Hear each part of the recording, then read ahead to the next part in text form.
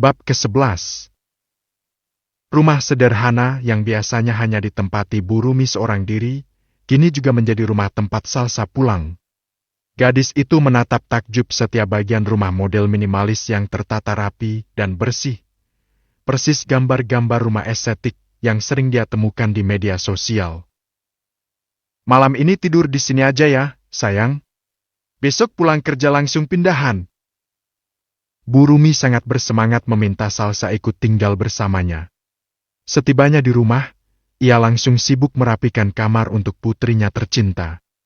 Setelah membersihkan diri, ibu dan anak itu duduk berdua di depan televisi. Bersantai sambil mengobrol ringan mengenang masa lalu. Oh iya, ibu nggak nyangka Sheila akan lebih dulu menikah daripada kamu, Bill. Ujar Bu Rumi tiba-tiba, ada kesan kesal dari nada bicaranya. Ibu tahu dari mana? Salsa heran, keningnya mengernyit. Mengingat wanita itu tidak pernah pulang ataupun memberi kabar, rasanya mustahil ibunya bisa mengetahui pernikahan Sheila. Sebenarnya 2 tahun yang lalu ibu pulang ke desa, mau jemput kamu, Sheila dan bapak. Bu Rumi menatap layar televisi dengan tatapan kosong.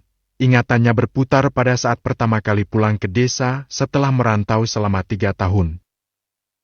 Tapi kamu nggak ada.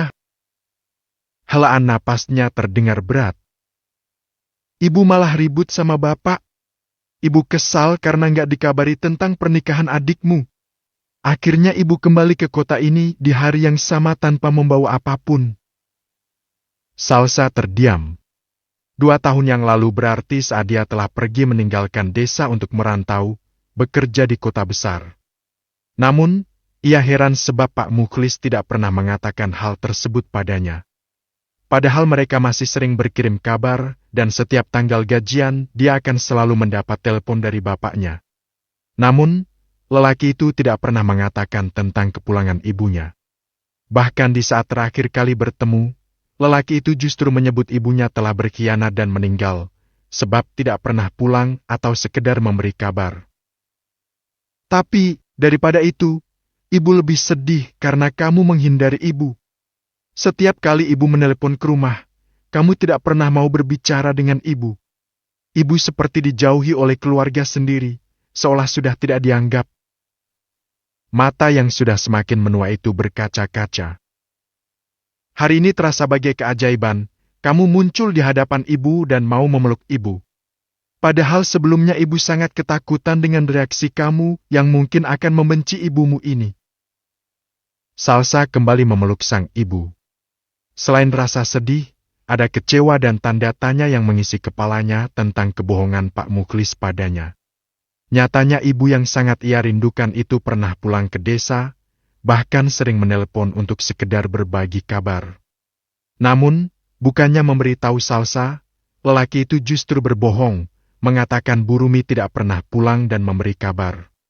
Bahkan bisa-bisanya laki-laki itu mengatakan Salsa tidak mau berbicara dengan ibunya. Apa maksud dan tujuannya? Sekarang ibu sudah lega, anak ibu sudah di sini bersama ibu, walau sebentar lagi mau diboyong calon mantu ibu. Gurau Bu Rumi. Oh iya, dari tadi ibu mau nanya kamu, kok kamu bisa sampai di sini dan kerja di kota ini? Bukannya sebentar lagi mau wisuda? Tanggal pastinya kapan, sayang? Ibu nggak masalah biayanya mahal, kamu jangan cemas. Ibu punya tabungan khusus untuk acara wisuda kamu. Bahkan kita bisa pakai baju keluarga samaan seperti orang-orang. Kamu nggak perlu ikutan kerja, cukup serius aja kuliahnya agar usaha ibu nggak sia-sia.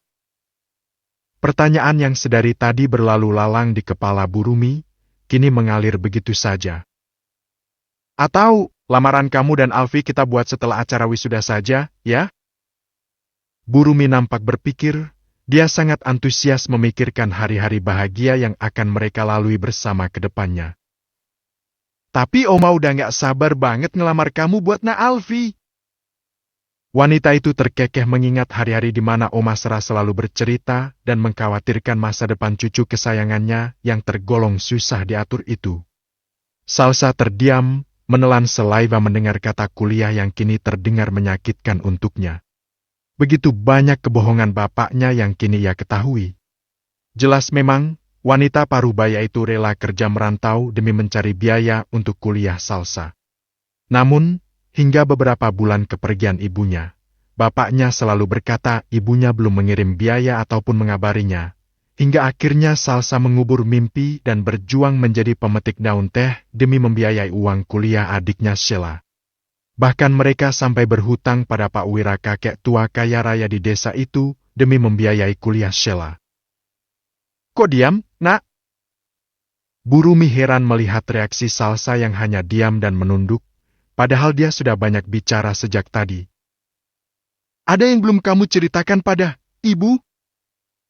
Perasaannya mengatakan ada hal buruk yang disimpan putrinya. Raut wajahnya berubah serius dan cemas. Gadis itu menggigit bibir sesaat sebelum akhirnya menceritakan peristiwa menyedihkan 2 tahun lalu yang membuatnya nekat pergi dari desa dan bekerja di kota besar itu. Tentunya tanpa membahas perihal kuliah yang hanya akan membuatnya semakin kecewa pada sosok bapak yang selama ini ia percaya.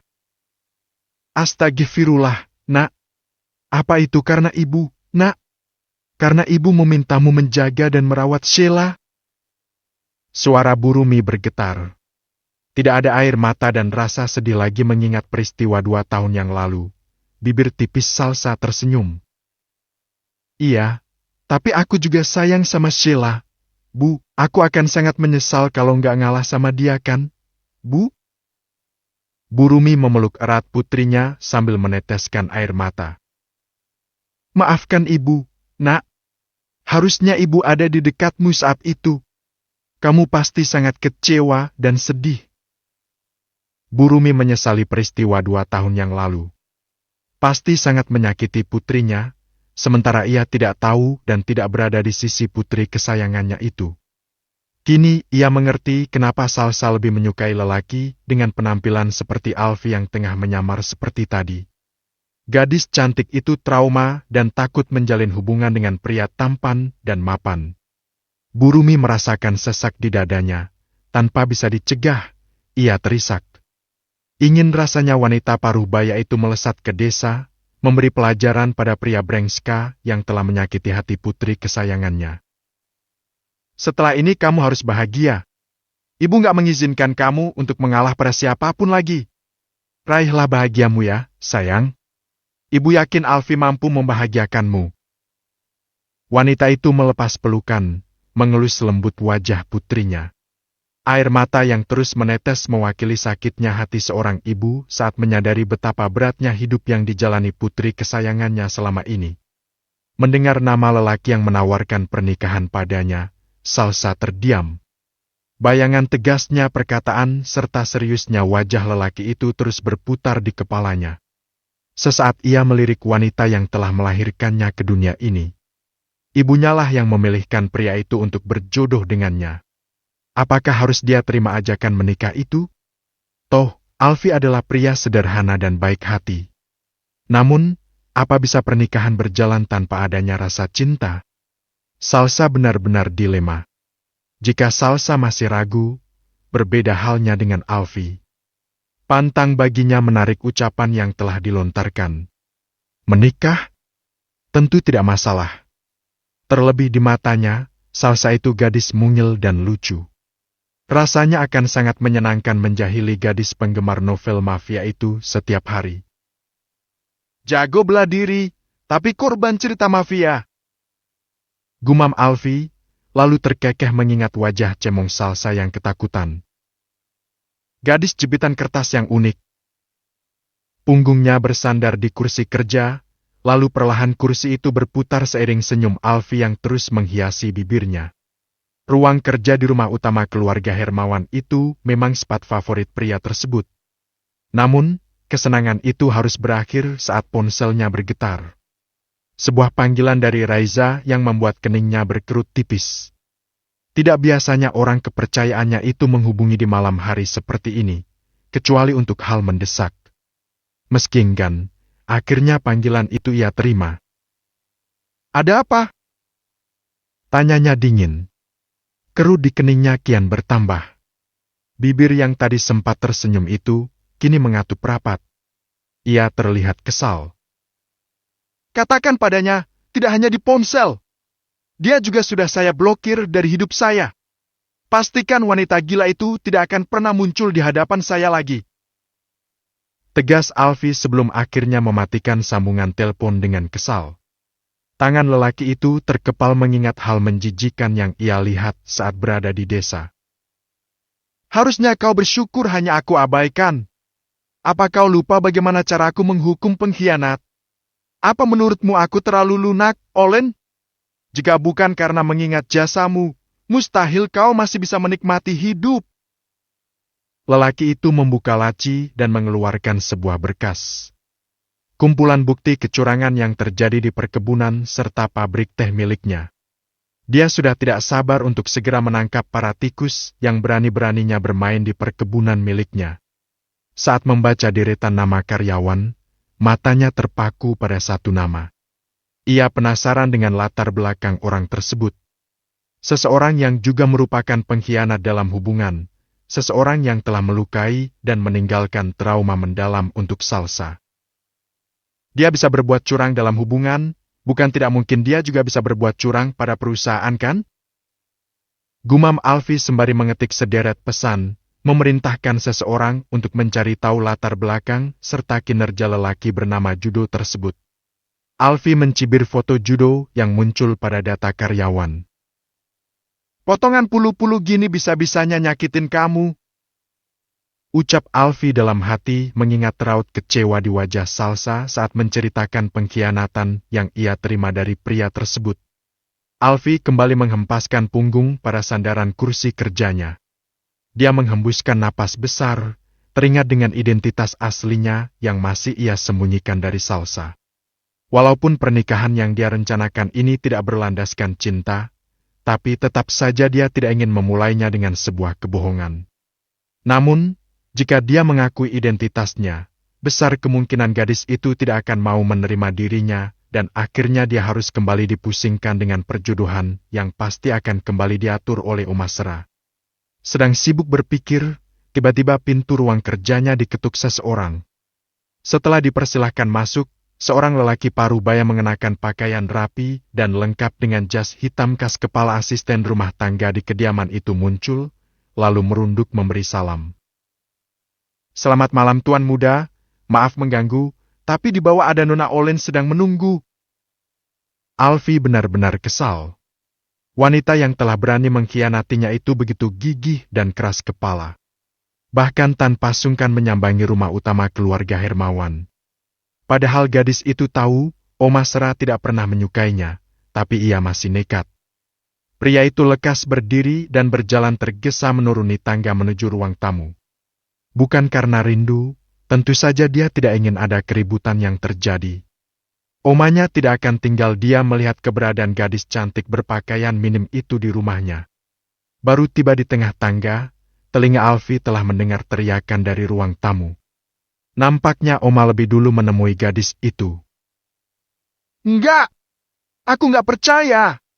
Oma boleh nggak suka sama aku, tapi Alfie hanya boleh menjadi milik aku. Gak akan ada yang bisa memiliki dia kecuali aku. Mendengar suara Olen berteriak melawan Oma, Alfie mempercepat langkah. Dia benar-benar geram. Berani sekali gadis itu berteriak pada omanya. Bersambung. Bab ke-12. Sayang, kamu kemana saja? Aku nyariin kamu dari kemarin. Rangek Olen manja seperti biasanya. Wanita cantik dengan dandanan glamor itu berjalan, mendekati lelaki yang selama ini selalu membelah dan memanjakannya. Namun, langkah kakinya berhenti seketika saat mendapati tatapan dingin Alfie. Pria itu nampak berbeda, tidak sehangat biasanya. Biasanya lelaki itu akan tersenyum menyambutnya dan melindunginya dari Oma Sera. Tapi lihatlah kini, ia hanya diam dengan tatapan tajam. Terlihat santai memasukkan tangan ke saku celana. Kenapa kalian semua cuma diam? Kalian mau mengusir wanita itu sekarang, atau kalian yang akan saya usir dari rumah ini? Suara tegas serta sorot mata Alfie membuat petugas keamanan tersentak kaget.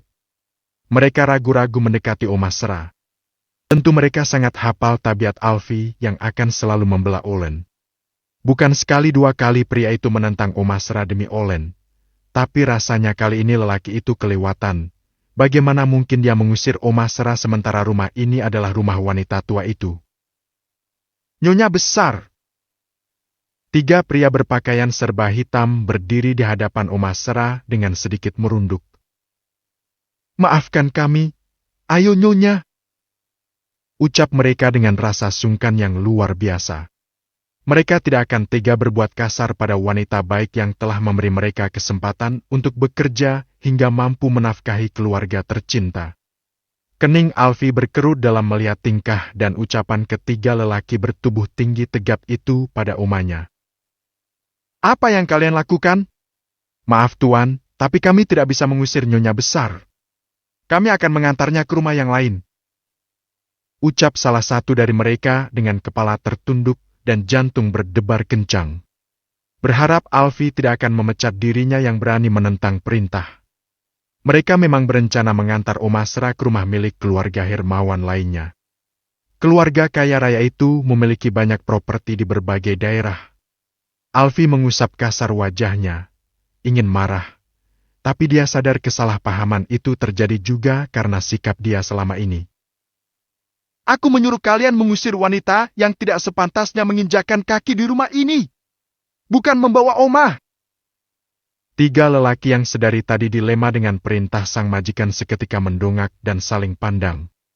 Tanpa basa-basi ketiganya segera mendekati Olen yang juga terlihat kaget mendengar perintah Alfi. Padahal tadi dia sudah sempat merasa lega dan di atas angin.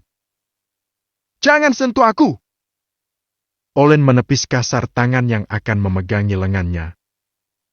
Sayang, apa maksudnya ini? Olen bertanya dengan suara bergetar, menatap Alfi dengan mata berkaca-kaca, berharap lelaki itu merasa iba dan segera memeluknya seperti biasa jika Olen bersedih. Ketiga pria yang memang sudah lama geram dengan tingkah Olen tentu tidak akan menyia-nyiakan kesempatan emas untuk memberi wanita angkuh itu pelajaran. Ayo, ikut! Bentak mereka sambil menarik kasar Olen. Wanita itu memberontak. Lepaskan tangan kotor kalian dari lenganku! Jerit Olen marah. Bro, katanya jangan pegang lengan. Jadi pegang apa? Kaki? Tarik aja rambutnya. Tanpa ragu mereka menarik rambut Olen dengan kasar hingga wanita itu tidak sanggup melawan. Sayang, tolong aku. Olen menangis pilu merasakan sakit di kulit kepalanya. Namun, bukannya mempedulikan Olen, Alfi justru mendekati Oma Sera. Oma baik-baik aja?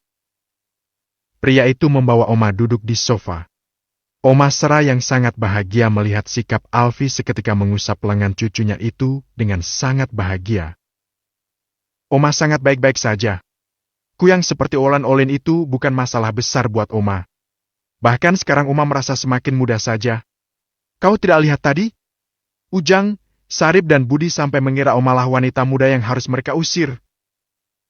Oma Sera terkekeh, sementara Alfi menghembuskan napas besar mengingat tragedi beberapa menit lalu. Bisa-bisanya Oma mempekerjakan orang-orang bodoh seperti mereka. Keluh Alfi. Walau begitu mereka sangat sopan dan beretika, kau lihat tadi bagaimana enggannya mereka memintaku untuk ikut dengan mereka. Bahkan meski lututnya bergetar, mereka berusaha membelaku.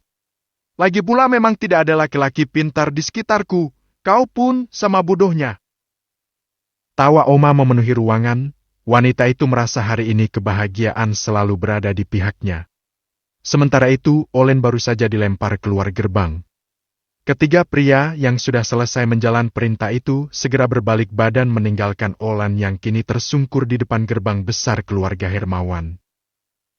Pastikan wanita gila itu tidak akan pernah masuk ke dalam lagi, ya. Ini perintah Tuan Muda. Ucap mereka pada 2 lelaki yang bertugas di gerbang utama. 2 lelaki yang tadi membiarkan Olen masuk tentu seketika memucat dan segera mengangguk mantap. Bukan tanpa alasan keduanya membiarkan Olen memasuki kediaman utama itu. Siapapun yang bekerja di lingkungan keluarga Hermawan pasti tahu siapa wanita cantik itu dan bagaimana posisinya di hidup Alfie. Orang gila mana yang akan berani melawan dan cari masalah dengan calon nyonya muda keluarga Hermawan? Namun, melihat kini wanita itu diusir dengan cara yang begitu menyedihkan dan memalukan, mereka tahu untuk tidak lagi bersikap lunak pada wanita itu. Awas ya kalian!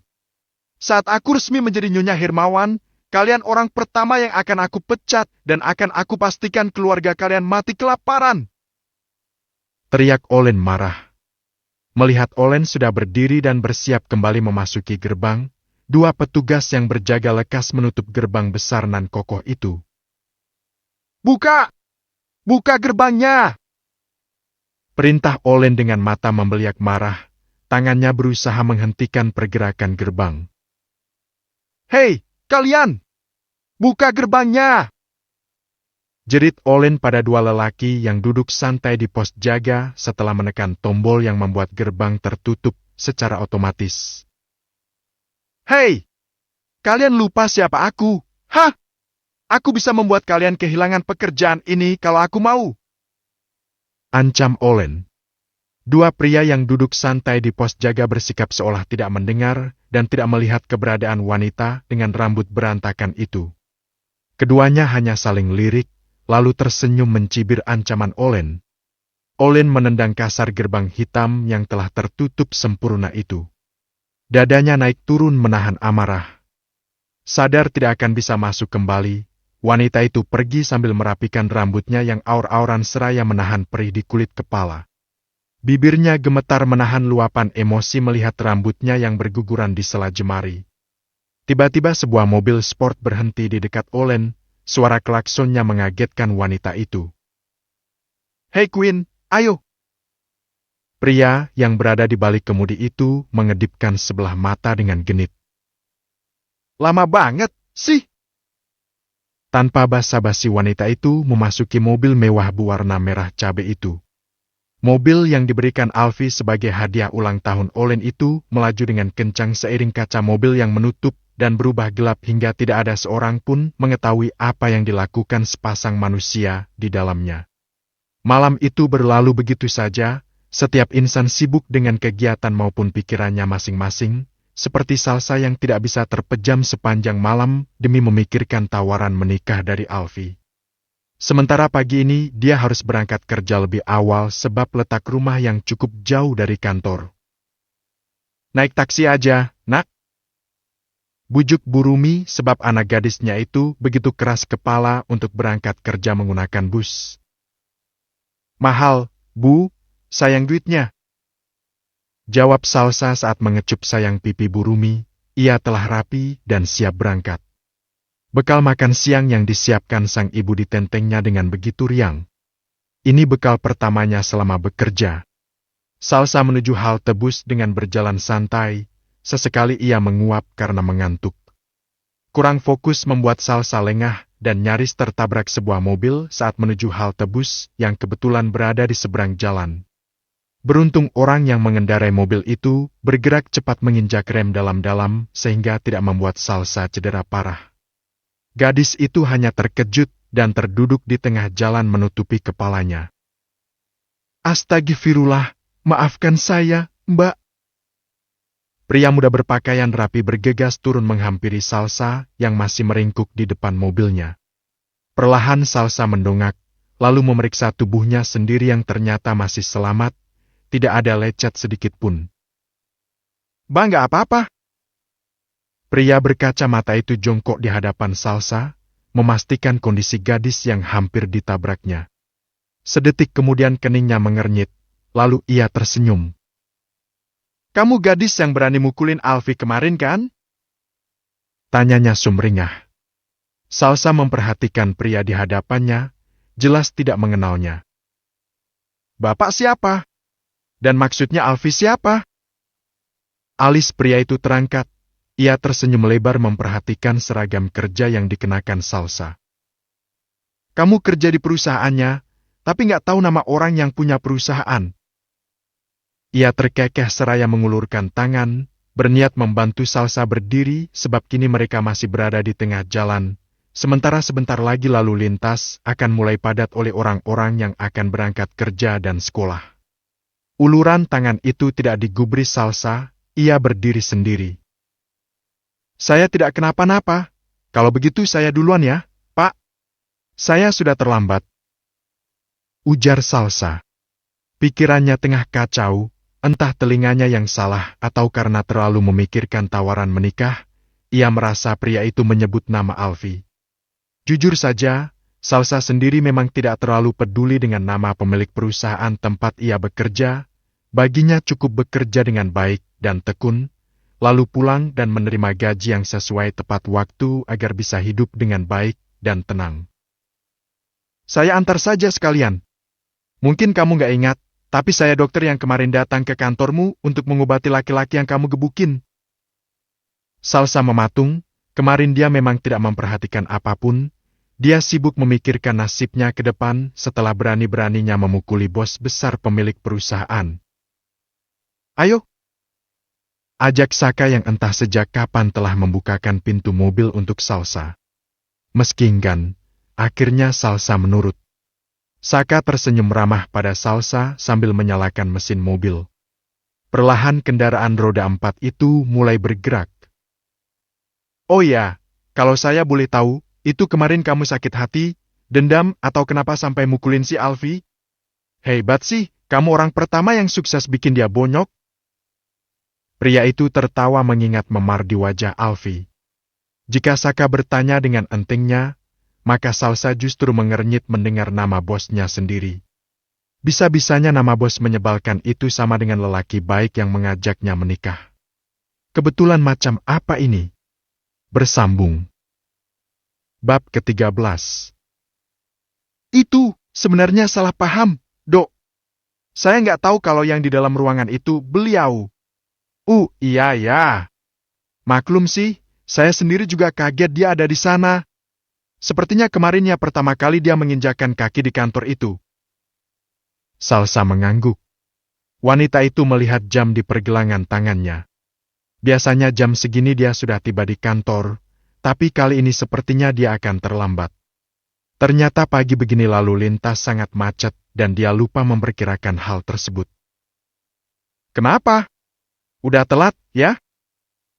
Saka menyadari kegelisahan Salsa. Sekarang belum, tapi beberapa menit lagi bisa dibilang telat. Malah kantor masih lumayan jauh pula, duh. Oh, iya.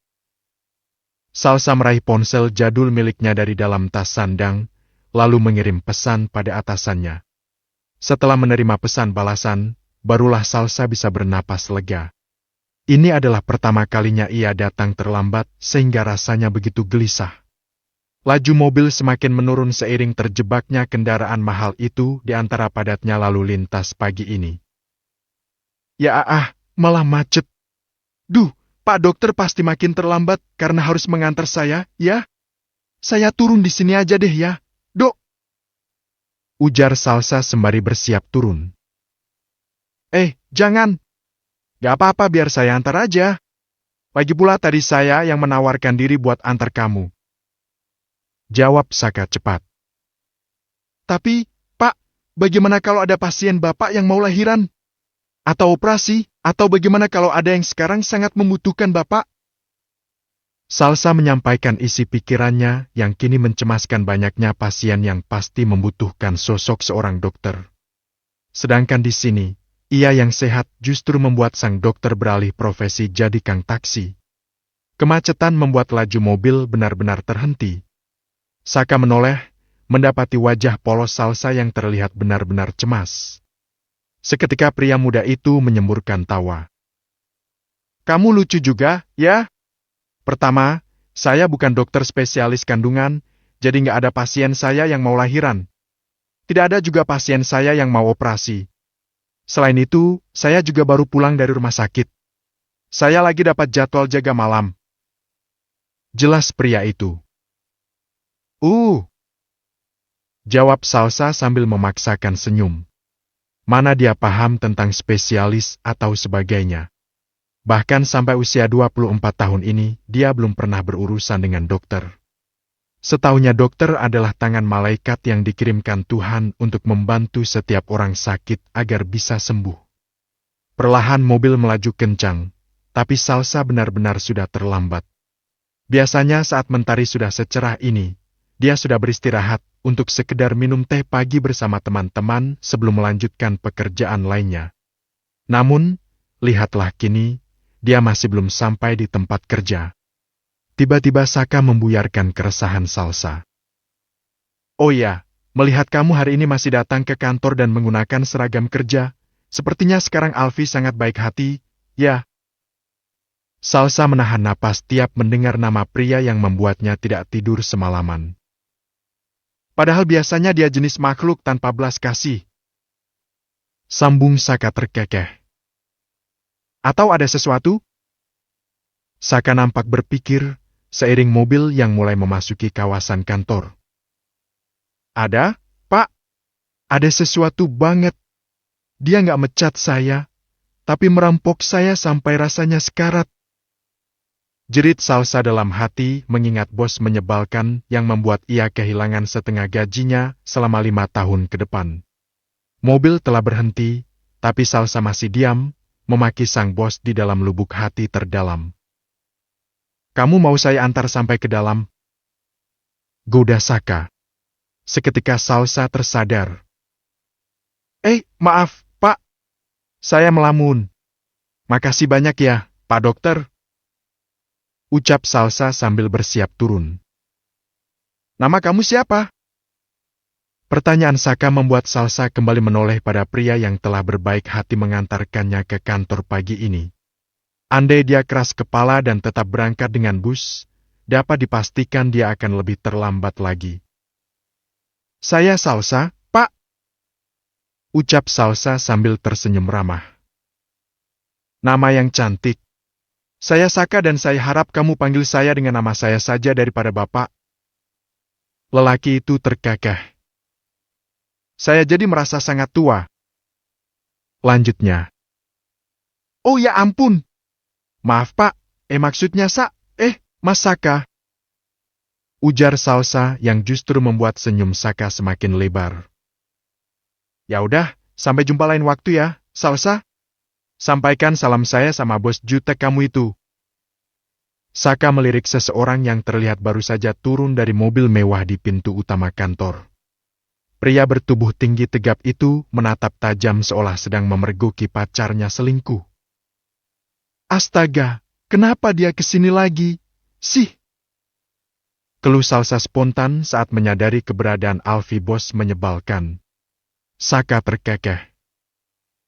Ini kan perusahaannya, Sal. Dia bisa datang kapanpun dan dengan alasan apapun. Sahut Saka yang seketika membuat Salsa kaget. Iya ya, Mas. Ya udah, sekali lagi terima kasih ya, Mas. Terima kasih banyak. Ucap Salsa sambil bergegas membuka pintu mobil. Setelah turun dan menutup pintu mobil, gadis itu kembali mengucapkan terima kasih dengan sedikit membungkuk. Tindakan sederhana yang sukses membuat kerutan di kening Alfi kian dalam, terlebih saat mendengar sapaan gadis itu untuk Saka. Salsa berjalan dengan cepat karena dia memang sudah terlambat. Sebisa mungkin ia menghindari sorot mata sang bos yang terus menatapnya tajam. Ia berusaha terlihat tenang. Sementara itu, Alfi tidak mampu menyembunyikan kekesalannya.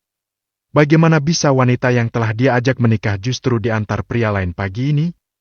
Saking kesalnya, pria itu bahkan tidak menggubris sapaan Saka dan karyawan lain.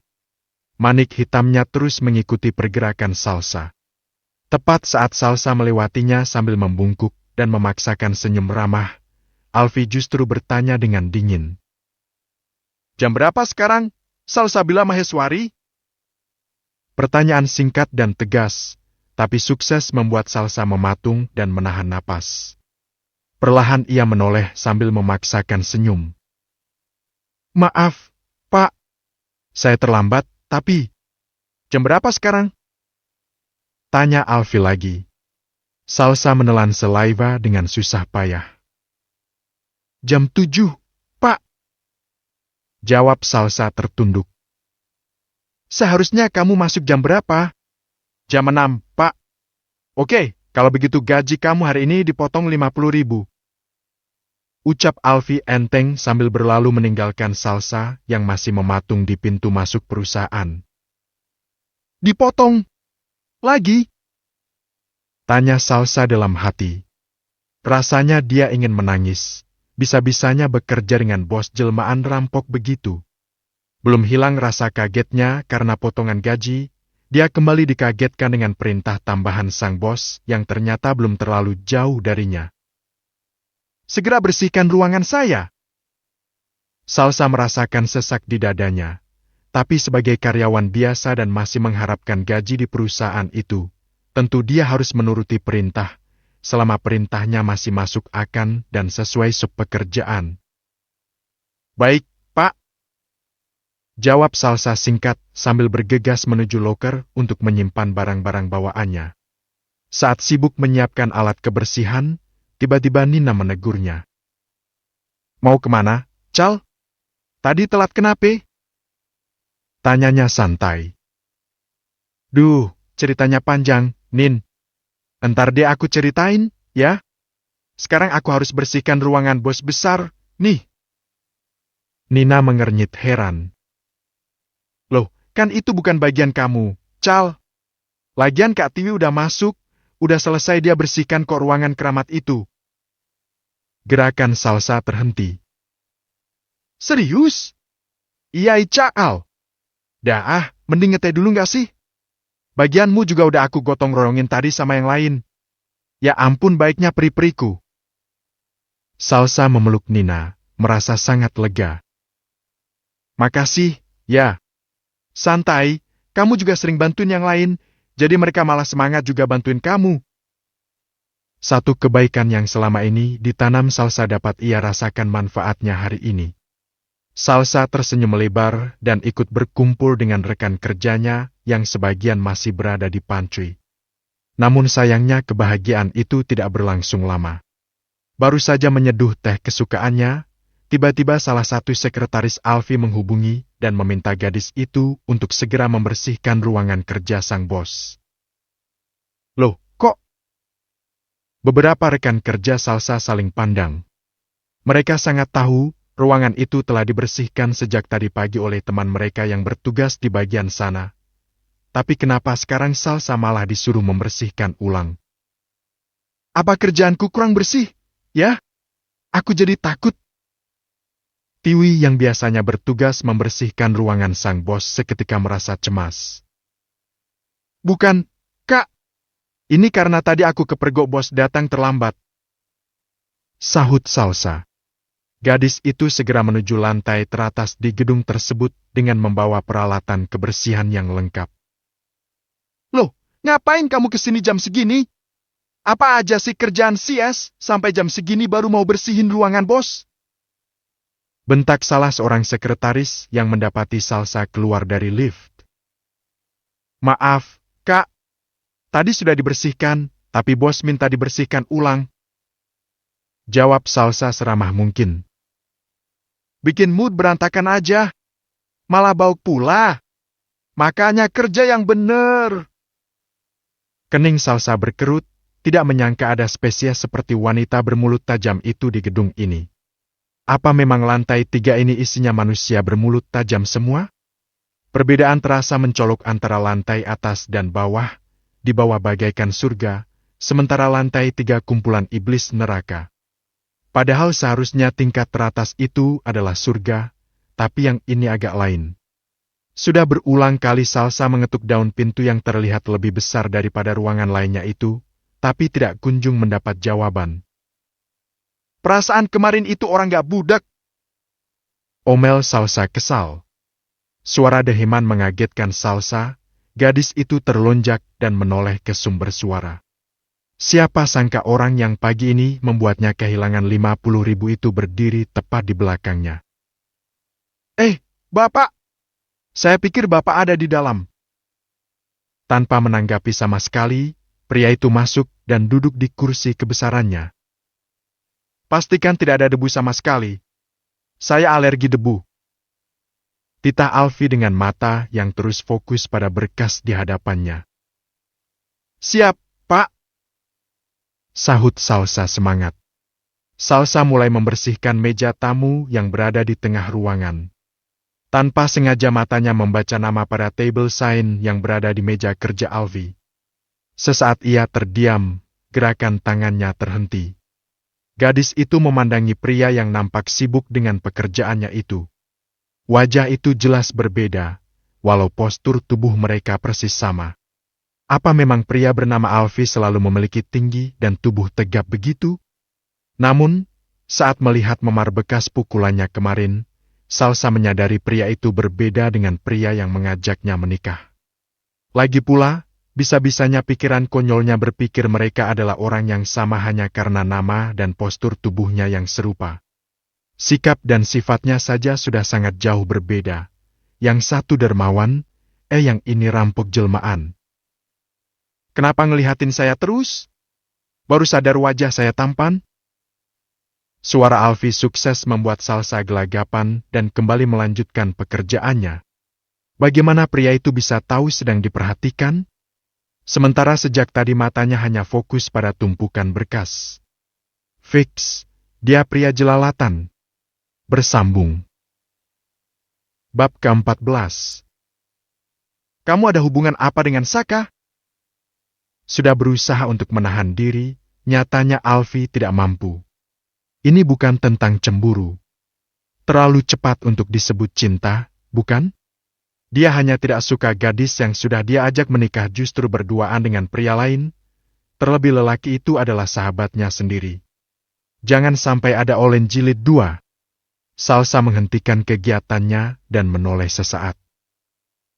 Gak ada hubungan apa-apa, Pak. Meskipun cukup heran, tapi dia berusaha untuk tidak terlalu memikirkannya. Kalau tidak ada hubungan apa-apa, kenapa tadi bisa sama dia? Salsa terdiam sesaat. Tadi jumpa Mas Saka di jalan, Pak. Beliau mau mengantarkan saya soalnya saya sudah terlambat. Alfie mendengkus mendengar sapaan yang disematkan Salsa untuk Saka. Bukannya memperbaiki mood, dia justru semakin kesal. Kenapa kamu mau? Bisakah nolak? Lagian bisa-bisanya telat. Saya lihat alamat kamu tidak jauh dari sini. Jangan coba-coba berbohong, ya. Saka mengangkat selembar kertas yang berisi data Salsa. Ternyata sedari tadi pria itu sibuk membaca biodata karyawannya tersebut. Kening Salsa berkerut dalam. Ada apa gerangan dengan bos menyebalkan itu? Tiba-tiba ia merinding. Saya nggak bohong, Pak. Jawab Salsa sambil meremas kain lap di tangannya, menahan kesal. Bisa-bisanya dia dituduh berbohong. Jangankan ngebohongin Bapak, ngelihat Bapak aja saya nggak minat.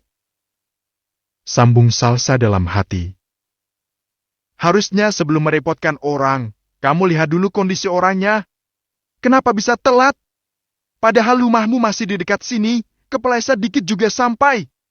Makanya tidur itu jangan kebo. Omel Alfie lagi. Baik, Pak. Jawab Salsa enggan. Dia melanjutkan pekerjaannya sambil memaki sang bos di dalam hati.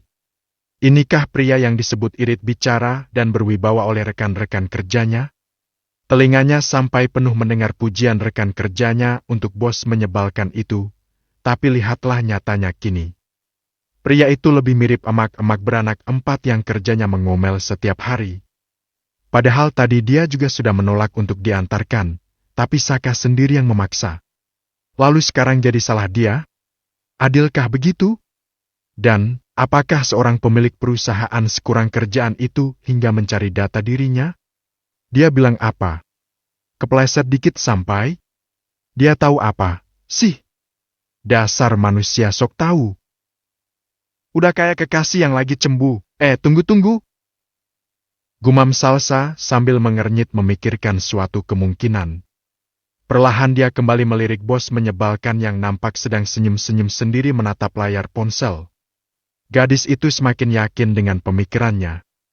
Kepalanya menggeleng lemah. Pantes cewek banyak yang jomblo, yang cakep pada belok? Ih, serem. Ucapnya pelan seraya mengelus lengan bulu rumahnya berdiri. Sambil istighfar, Salsa melanjutkan pekerjaannya dengan cepat agar bisa segera pergi dari ruangan tersebut. Salsa? Panggil Alfi. Ya, Pak. Sahut Salsa sambil menoleh, menghentikan kegiatannya. Alfi diam memandangi Salsa, membuat Salsa merasa serba salah. Salah apa lagi kali ini? Batinnya. Setahu saya di perusahaan ini mewajibkan karyawan untuk punya sikap 5S. Senyum. Sadar dengan ekspresi datarnya, Salsa segera menampilkan senyum terbaiknya. Lagi pula mana ada yang membersihkan debu, menyapu dan mengepel sambil tersenyum sepanjang waktu. Bisa kering gigi sampai tenggorokan. Semua ada waktunya kan? Siapa suruh lelaki itu terlalu rewel sampai dia lupa mengkondisikan ekspresinya? Nah, gitu kan bagus. Oke, sekarang kamu belikan saya kopi di kafe depan, ya. Tidak pakai gula. Pria itu mengeluarkan 10 lembar uang 100 ribuan. Beli juga yang kamu mau, sisanya buat kamu. Tangan Salsa terulur mengambil uang tersebut. Dia sedikit termenung melihat jumlah uang yang diberikan. Apa memang kopinya semahal itu, ya? Loh, nggak ada yang 1 juta, Kak? Beberapa kali Salsa menanyakan harga kopi terbaik di kafe tersebut.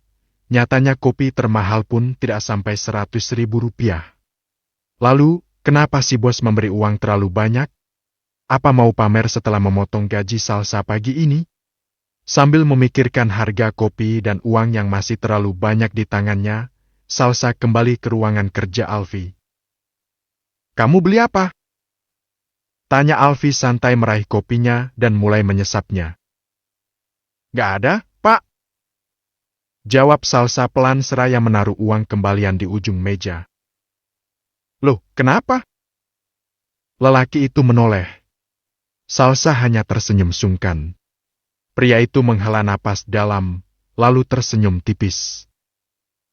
Ya udah sesuai ucapan saya tadi, kembaliannya buat kamu. Tapi, Pak, ini kebanyakan. Sahut Salsa dengan tatapan tidak percaya mendengar ucapan lelaki itu. Udah, bawa sana. Saya mau kerja. Tangan pria itu bergerak seolah enggan berbicara lebih banyak. Salsa masih mematung, ragu mengambil uang yang terlalu banyak itu. Ambil aja, itu ongkos kamu pulang pergi kerja daripada ngerepotin orang lain lagi. Kalau masih nggak mau ya udah kasih ke yang lain aja sana. Makasih, Pak. Salsa meraih lembaran merah tersebut dan segera meninggalkan ruangan tersebut.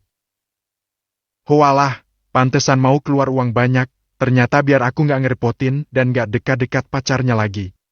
Ya ampun, geli banget kelakuan mereka. Ujar Salsa sambil berjalan santai menuju lift. Sementara itu, Alfi di dalam ruangannya terus tersenyum menatap pintu yang telah ditutup Salsa sejak tadi. Mudah-mudahan dia nggak kesal lagi. Gumamnya mengingat kelakuannya yang dengan tega memotong gaji Salsa pagi ini hanya demi melampiaskan amarah. Dia merasa lega setelah Saka menceritakan tentang pertemuan lelaki itu dengan Salsa pagi ini di depan perumahan Pandan Permai yang sangat jauh dari kantor, hingga memaksa untuk mengantar gadis itu. Alfi dapat menduga, Salsa pasti pulang ke rumah ibunya. Mereka pasti melepas rindu setelah sekian lama tidak bertemu. Dia saja yang tidak berpikir sampai sejauh itu sebelumnya. Beberapa saat kemudian Alfi dikagetkan dengan telepon dari Raiza. Lelaki itu mengabarkan kedatangan Burumi di kantor pusat untuk berjumpa dengan Alfi. Apa diusir saja, bos? Tanya Raiza di ujung telepon. Jangan! Bawa beliau ke ruangan saya. Sediakan cemilan dan minuman. Pastikan beliau merasa nyaman selama menunggu saya. Saya akan segera ke sana. Alfi memutus sambungan telepon tanpa menunggu jawaban dari orang kepercayaannya itu. Pria itu bergegas untuk menemui Burumi. Sementara di seberang telepon, kening Raiza mengernyit heran. Tidak biasanya sang bos bersikap seramah itu pada tamu. Namun, perintah itu tetap dia laksanakan dengan baik. Setibanya di kantor utama, Alfi segera menuju ruang kerjanya tanpa mengindahkan para karyawan yang menyapa, biasanya juga tidak peduli. Maaf membuat ibu menunggu lama, ujar Alfi setelah berada di hadapan Bu Rumi. Wanita parubaya itu tersenyum lembut. Tidak menduga akan disambut sehangat ini, mengingat betapa tajamnya sorot mata pria muda itu saat pertama kali mereka bertemu. Tidak apa-apa Tuan Muda, jawab Bu Rumi dengan tetap menyematkan sapaan yang sering dia gunakan untuk cucu kesayangan Oma Sera itu. Ibu bisa panggil saya Alfi saja, Bu. Bu Rumi tersenyum dan mengangguk. Baiklah, Nak. Nampaknya ibu tidak perlu meragukan hubungan kamu dengan Bila. Tadinya ibu mengira hubungan kalian tidak mungkin terjadi, tapi sepertinya ibu salah. Hati Bu Rumi menghangat melihat perlakuan Alfi yang begitu sopan dan ramah.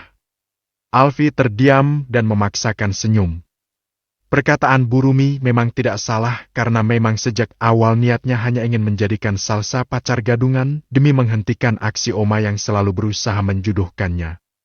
Namun, siapa sangka gadis itu justru memang gadis yang diinginkan Oma untuk menjadi cucu menantunya. Tidak ada yang tidak mungkin, Bu.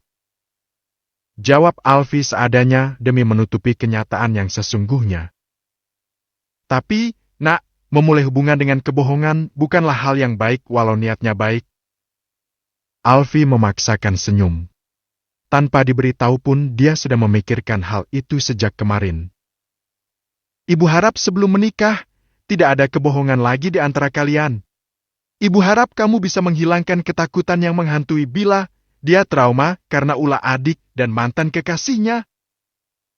Tanpa sadar tangan Alfi terkepal. Teringat raut wajah Salsa saat menceritakan pengkhianatan itu padanya.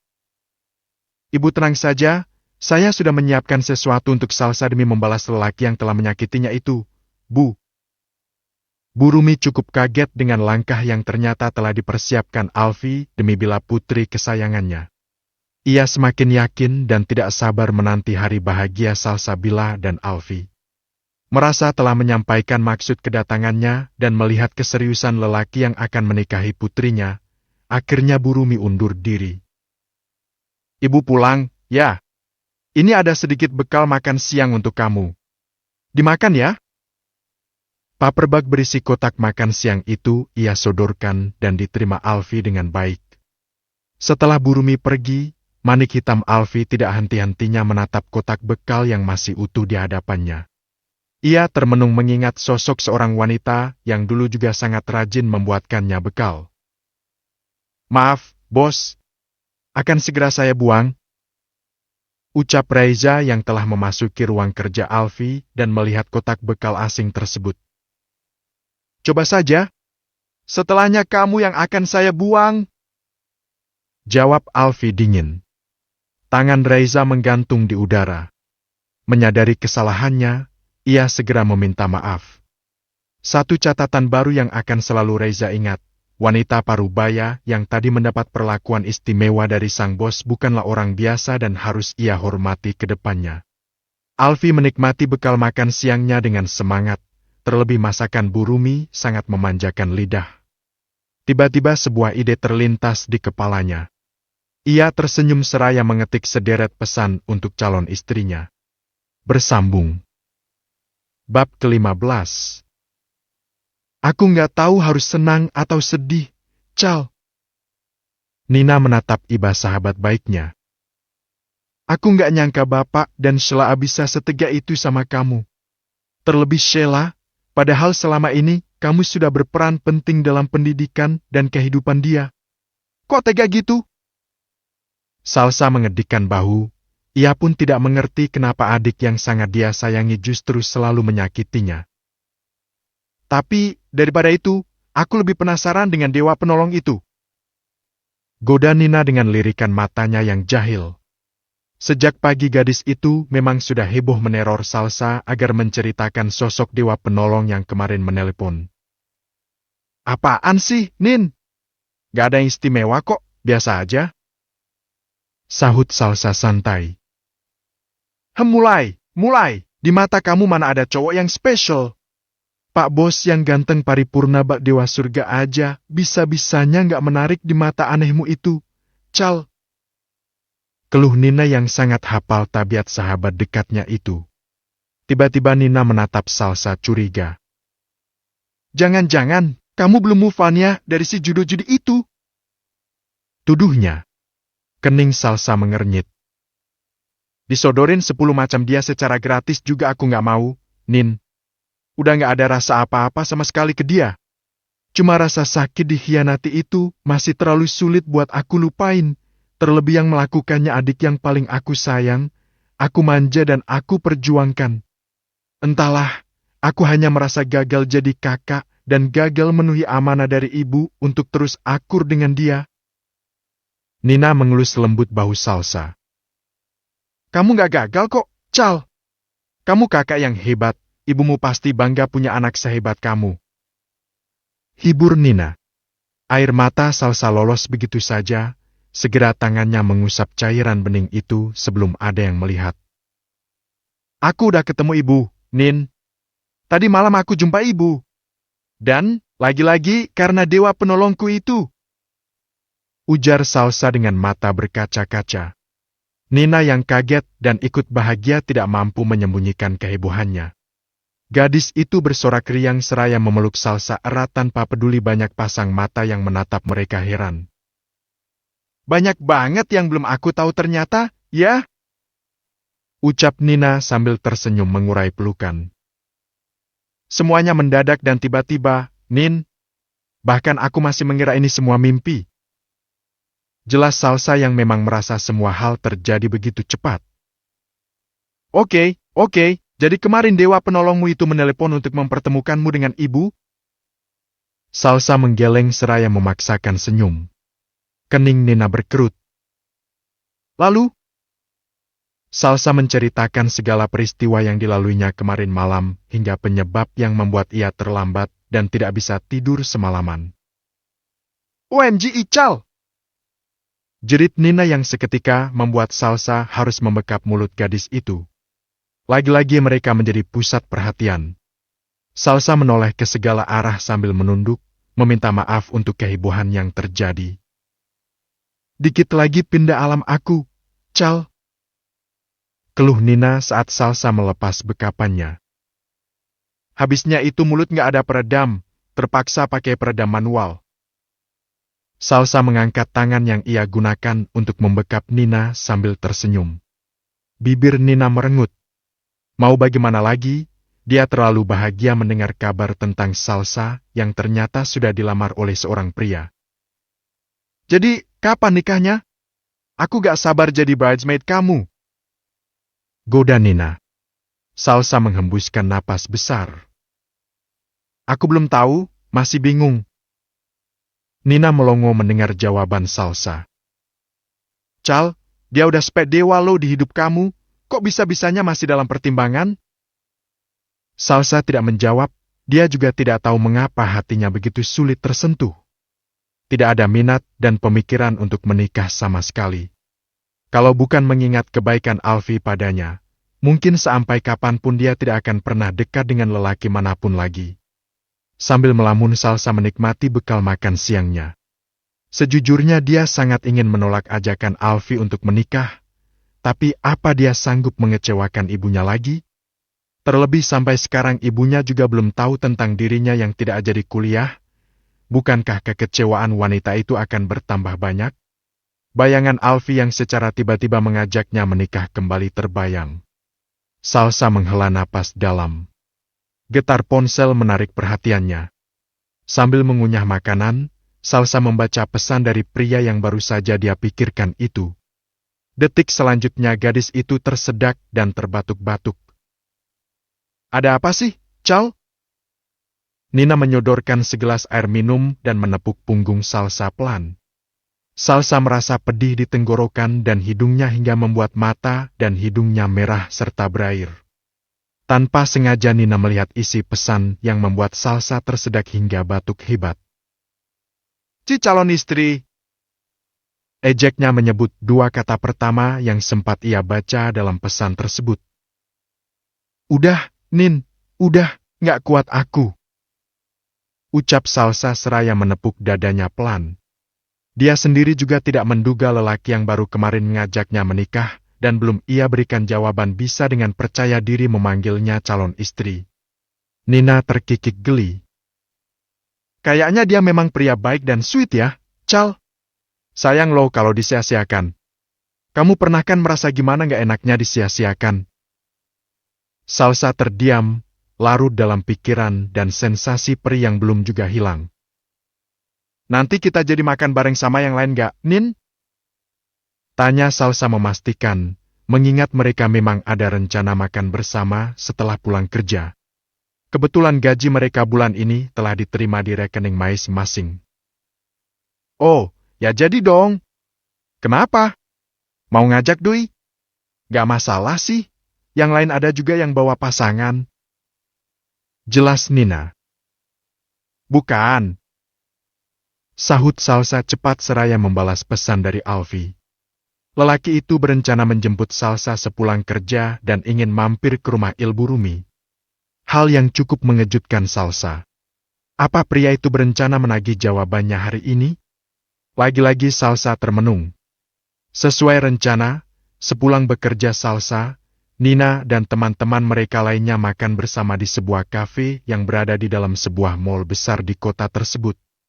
Acara berjalan lancar dan menyenangkan.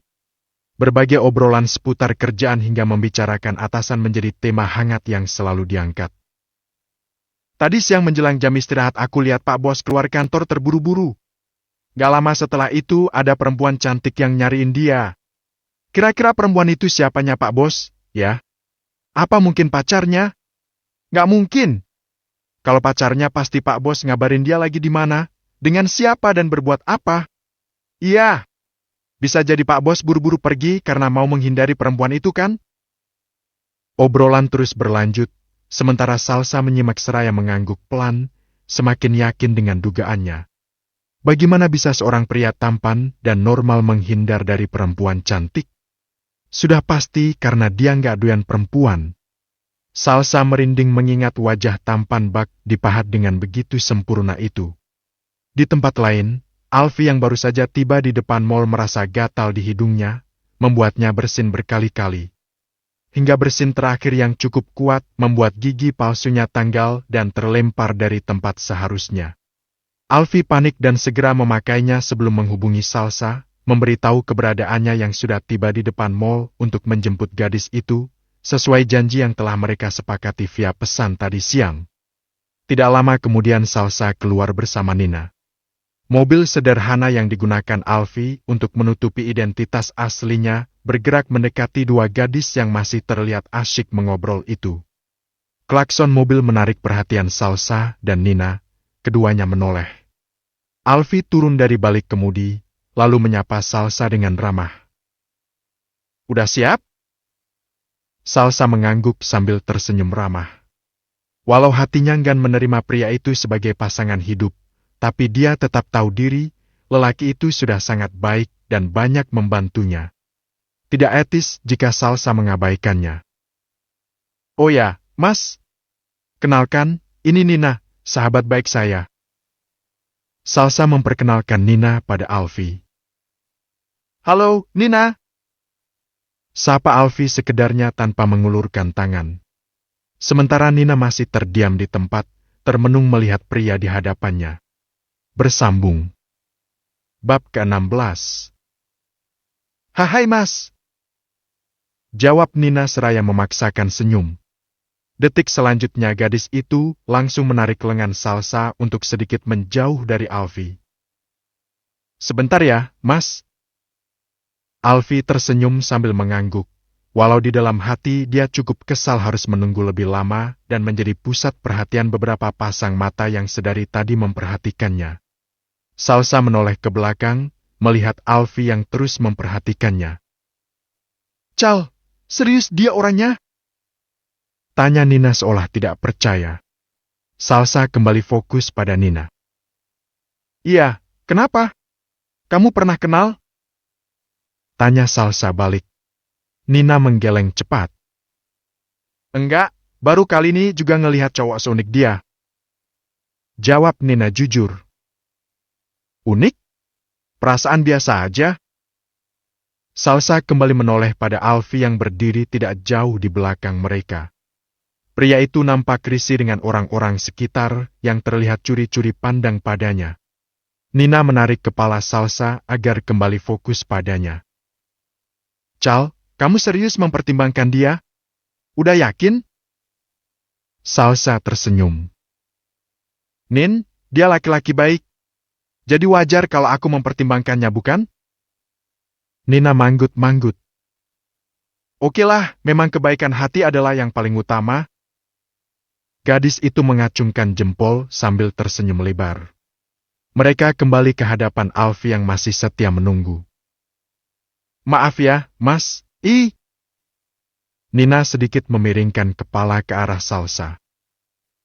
Siapa namanya, Cal? Bisiknya pelan. Salsa tersenyum. Aku lupa ngenalin. Ini Mas Alfie, Nin.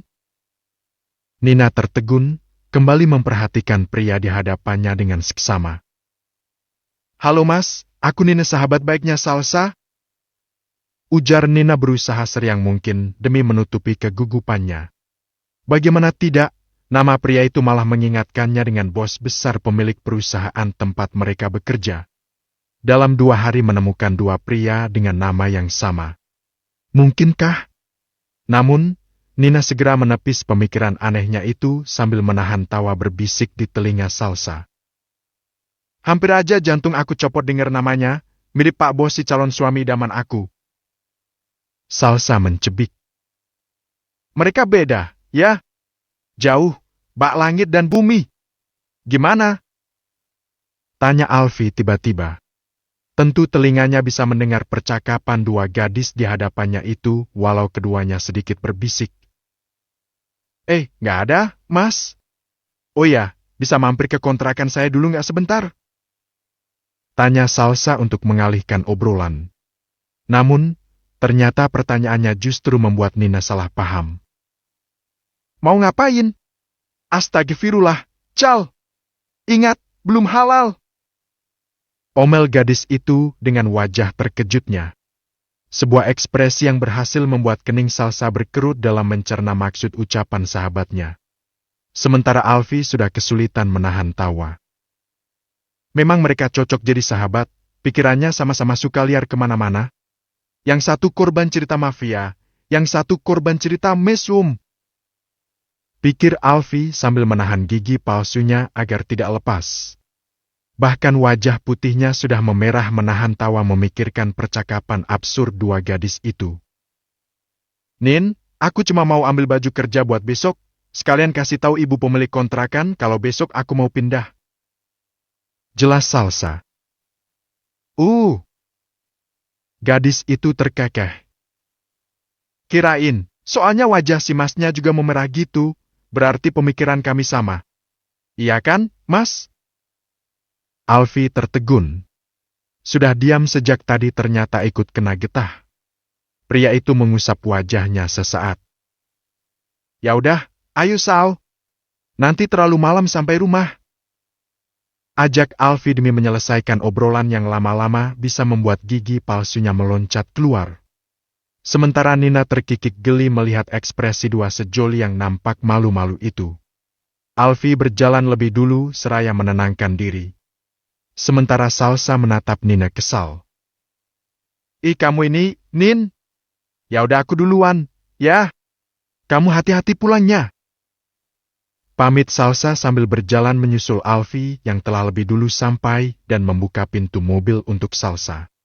Nina yang masih berdiri menatap punggung Salsa dan Alfie kembali mengernyit. Kok tinggi dan postur tubuhnya mirip Pak Bos banget ya? Emang bisa persis sama gitu ya nama dan perawakannya? Cuma beda di wajah doang.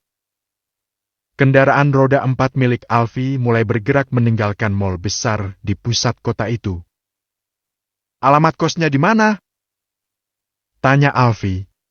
Salsa menyebutkan alamat kosnya yang sebenarnya sudah diketahui Alfie. Pria itu manggut-manggut. Tahu, Mas? Pria itu mengangguk mantap. Tahu dong. Dekat ya dari kantor kamu. Kok tahu? Salsa menoleh, menatap curiga sebab dia belum memberitahu kantor tempat ia bekerja pada pria itu. Kelihatan dari seragam kerja kamu, jawab Alfi santai. Salsa manggut-manggut. Iya, saya cleaning service di sana, Mas. Jelas Salsa. Udah tahu. Mobil perlahan berhenti karena lampu lalu lintas berwarna merah. Alfi menoleh dan kembali mendapati kecurigaan di sorot mata Salsa. Mau nanya kok tahu lagi? Kan waktu di desa. Oh, iya. Saya baru ingat. Potong Salsa sambil kembali menatap keluar jendela. Bayangan sang bapak yang sangat bersemangat mencaci profesinya kembali berputar dalam ingatan. Maaf, saya nggak bermaksud mengingatkan kamu tentang hari itu. Ujar Alfi menyadari mendung di wajah Salsa, seketika ia merasa bersalah. Saya nggak apa-apa kok, Mas. Sahut Salsa sambil menoleh dan memaksakan senyum. Oh ya, kalau Mas sendiri kerjanya apa? Alfi terdiam sesaat. Saya, driver taksi online. Ya, taksi online. Jawab Alfi dengan semangat saat sebuah profesi kekinian baru saja melintas di kepalanya. Pantesan tahu alamat kos saya. Sahut Salsa. Mobil kembali melaju dan berhenti di depan sebuah gang sempit. Di ujung gang itulah kontrakan yang 2 tahun ini menjadi tempat tinggal Salsa. Mas tunggu di sini aja, ya? Saya cuma sebentar, kok. Salsa turun dari mobil dan berjalan cepat menuju kontrakannya, tidak ingin membuat Alfi menunggunya terlalu lama. Sementara itu, di dalam mobil, Alfi melepas gigi palsunya. Lega banget, ujarnya sambil memijit rahang yang terasa kram. Pria itu meraih ponsel pintar miliknya dan melihat proposal pengajuan kerja sama dari sebuah perusahaan jasa yang bergerak di bidang transportasi online. Menarik juga. Berkat ini gue punya alasan mantap ke Salsa. Proposal yang sudah sekian lama hanya ia abaikan saja, kini berniat untuk ia terima. Tanpa ragu, ia menghubungi Raiza untuk menyelesaikan perjanjian kerja sama dengan perusahaan yang baru akan berkembang itu. Setelahnya, pastikan besok nama saya terdaftar sebagai salah satu drivernya, ya? Kalau tidak bisa, ya batalkan saja. Titahnya, lalu memutus sambungan telepon begitu saja. Di seberang telepon Raiza berulang kali mengucek mata, memastikan kontak yang baru saja menghubunginya benar-benar sang bos. Pasalnya, sudah berkali-kali pria itu mengabaikan proposal yang berasal dari perusahaan serupa. Tapi kali ini dia menyetujuinya, bahkan meminta namanya dimasukkan sebagai salah satu driver. Apa sang bos berencana untuk beralih profesi? Apa sang bos memang kurang kerjaan hingga iseng mencoba profesi baru yang lebih menantang? Sementara bos yang telah membuat orang kepercayaannya itu berpikir keras justru tengah asik memikirkan modifikasi pada mobil sederhana yang kini digunakannya. Ia ingin mobil itu semakin nyaman lagi sebab ia telah berencana selalu menggunakan mobil itu setiap bertemu dengan Salsa. Tapi tenang, ini bukan karena gue suka sama dia, gue cuma gak suka calon istri gue dibawa-bawa sama pria lain. Ucapnya meyakinkan diri sendiri pada kaca spion. Tiba-tiba ketukan di kaca mobil mengagetkan Alfi. Jantungnya bekerja 2 kali lebih cepat saat menyadari sosok yang terus mengetuk kaca mobilnya tersebut. Semakin kencang dan keras ketukan di kaca mobil semakin paniklah Alfi memasang gigi palsunya. Setelah beberapa saat Alfi membuka pintu mobil yang tadi sengaja ia kunci. Baru akan mengucapkan maaf, Salsa lebih dulu naik ke atas mobil, lalu menutup pintu secepat kilat. Setelahnya mereka berdua menjerit dengan kehadiran seseorang yang tiba-tiba menempel di kaca mobil. A'udzubillahi minasyaitonirrajim! Jerit Salsa sambil menutup wajah dengan paper bag di tangannya. Sementara Alfi kelabakan dengan gigi palsunya yang nyaris meloncat dari tempat. Terlalu terburu-buru memakainya hingga tidak terpasang dengan benar, membuat benda itu mudah lepas. Bersambung. Bab ke-17. Dia itu manusia, Salsa, bukan syaiton. ujar Alfie sambil menyodorkan sebotol air mineral. Spontan aja, Mas. Jawab Salsa seadanya dengan tangan gemetar meraih botol minum yang telah dibuka tutupnya itu. Gadis itu minum beberapa teguk hingga merasa lebih baik. Udah lebih baik? Tanya Alfie memastikan, sebab wajah gadis itu masih terlihat pucat setelah tragedi dikejar ODGJ tadi. Salsa mengangguk. Alhamdulillah. Makasih, Mas. Gadis itu melihat dari kaca spion, pria tanpa busana itu berusaha dibawa pulang oleh keluarganya. Salsa meremang, tidak bisa membayangkan nasibnya jika tadi berhasil ditangkap pria kurang waras itu. Ternyata kamu punya rasa takut juga, ya? Gurau Alfie seraya menyalakan mesin mobil.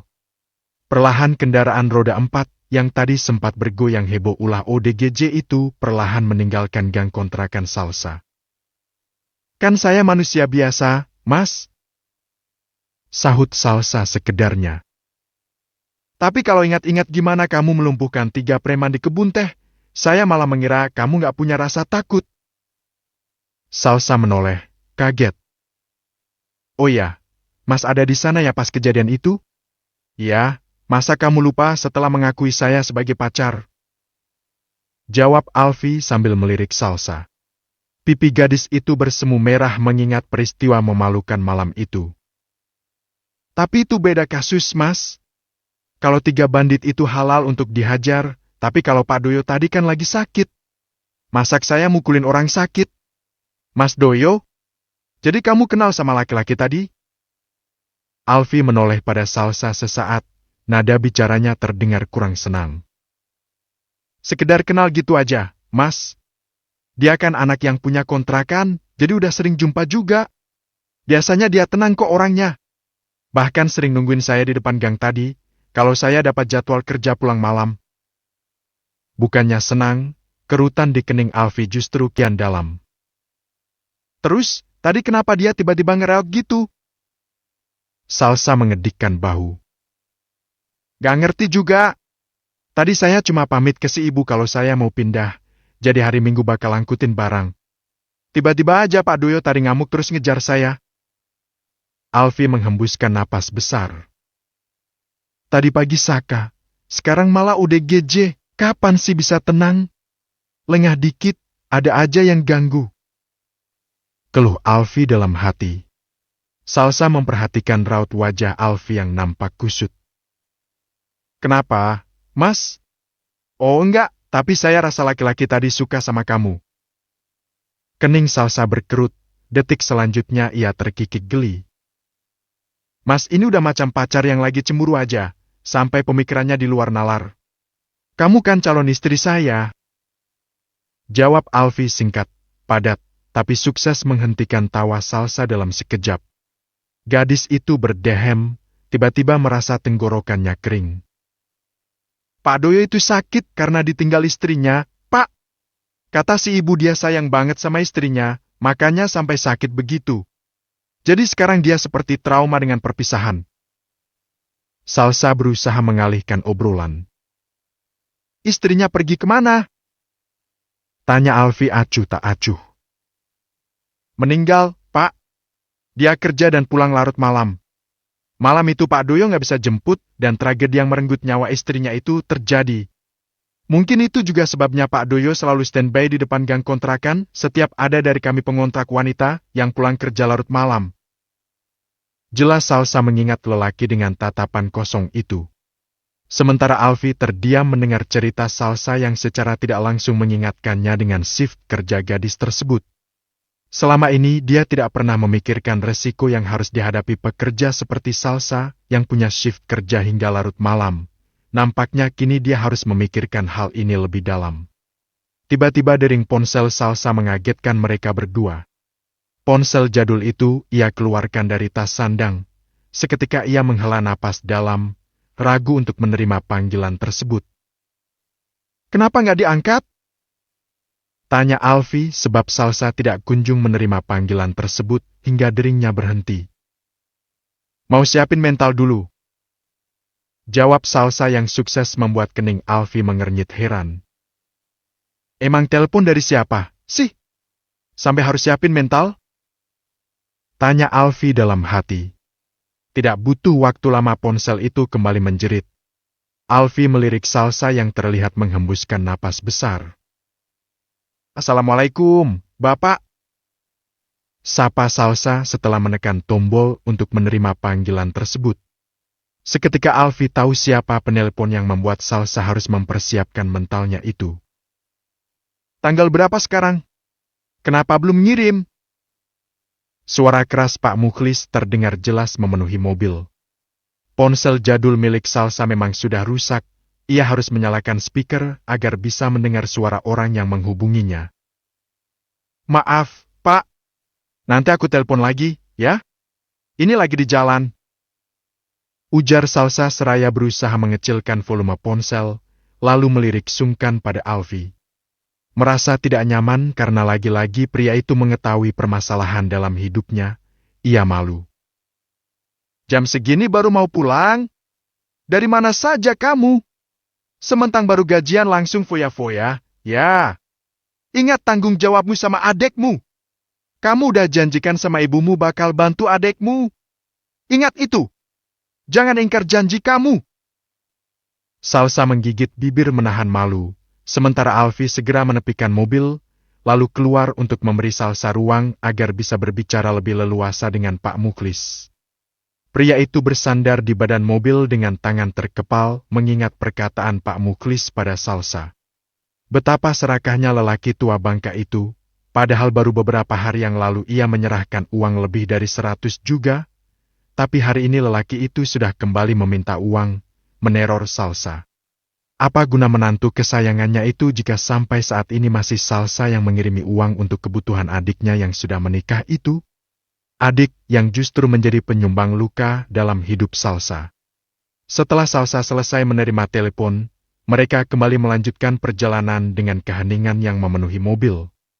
Keduanya tiba di kediaman Bu Rumi. Salsa terus diam karena rasa malu, sementara Alfi terdiam karena menahan kesal. Masya Allah, anak-anak ibu sudah sampai. Ayo, masuk nak Alfi. Ajak Bu Rumi menyambut kedatangan Alfi dan Salsa. Pria itu mengeluarkan beberapa paperback, buah tangan yang telah ia persiapkan sejak tadi. Salsa sedikit mengernyit sebab tidak memperhatikan benda yang memenuhi bangku belakang sejak tadi. Banyak banget, nak. Ujar Bu Rumi. Cuma beberapa aja, Bu. Mohon diterima ya, Bu. Wanita tua itu menepuk lembut lengan pria muda itu. Tidak menyangka lelaki yang semula terlihat dingin dan tidak menyukainya, kini justru begitu lembut dan baik. Makasih ya, nak. Ayo, duduk. Salsa yang tadi langsung menuju dapur, kini muncul dengan 3 gelas air minum dingin. Diminum, Mas. Pasti capek nyetir jauh. Oh iya, tadi pagi gimana? Bill, telat nggak nyampe kantornya? Tanya Bu Rumi cemas mengingat jarak dari rumahnya ke kantor tempat Salsa bekerja memang tergolong jauh. Salsa memaksakan senyum. Lumayan, Bu, kena potong 50.000. Jawab Salsa yang jelas tidak bisa lupa dengan kelakuan bosnya pagi tadi. Alfi nyaris tersedak, tidak menyangka gadis itu mengadukan perbuatannya pada sang ibu.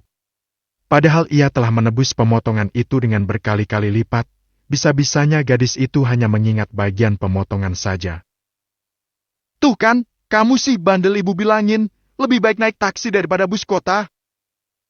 Omel Bu Rumi yang masih belum mengetahui siapa pelaku pemotongan gaji putrinya. Aku nggak naik taksi kok, Bu. Salsa menjelaskan tragedi yang menimpanya pagi tadi. Penjelasan yang sama dengan Saka hingga membuat Alfi kian lega. Syukurlah kamu ketemu orang baik. Ucap Bu Rumi lega. Iya, Bu, tapi kayaknya aku nggak bakal mau lagi jumpa sama dia atau berurusan sama dia. Ujar Salsa. Kening Bu Rumi mengernyit heran, tentu dia kenal baik dengan dokter muda yang sering datang mengunjungi Oma Sera itu. Pria muda yang berbakat dan baik hati. Loh, kenapa? Dokter itu kan temannya bos aku, Bu. Burumi manggut-manggut. Ia juga mengetahui fakta itu.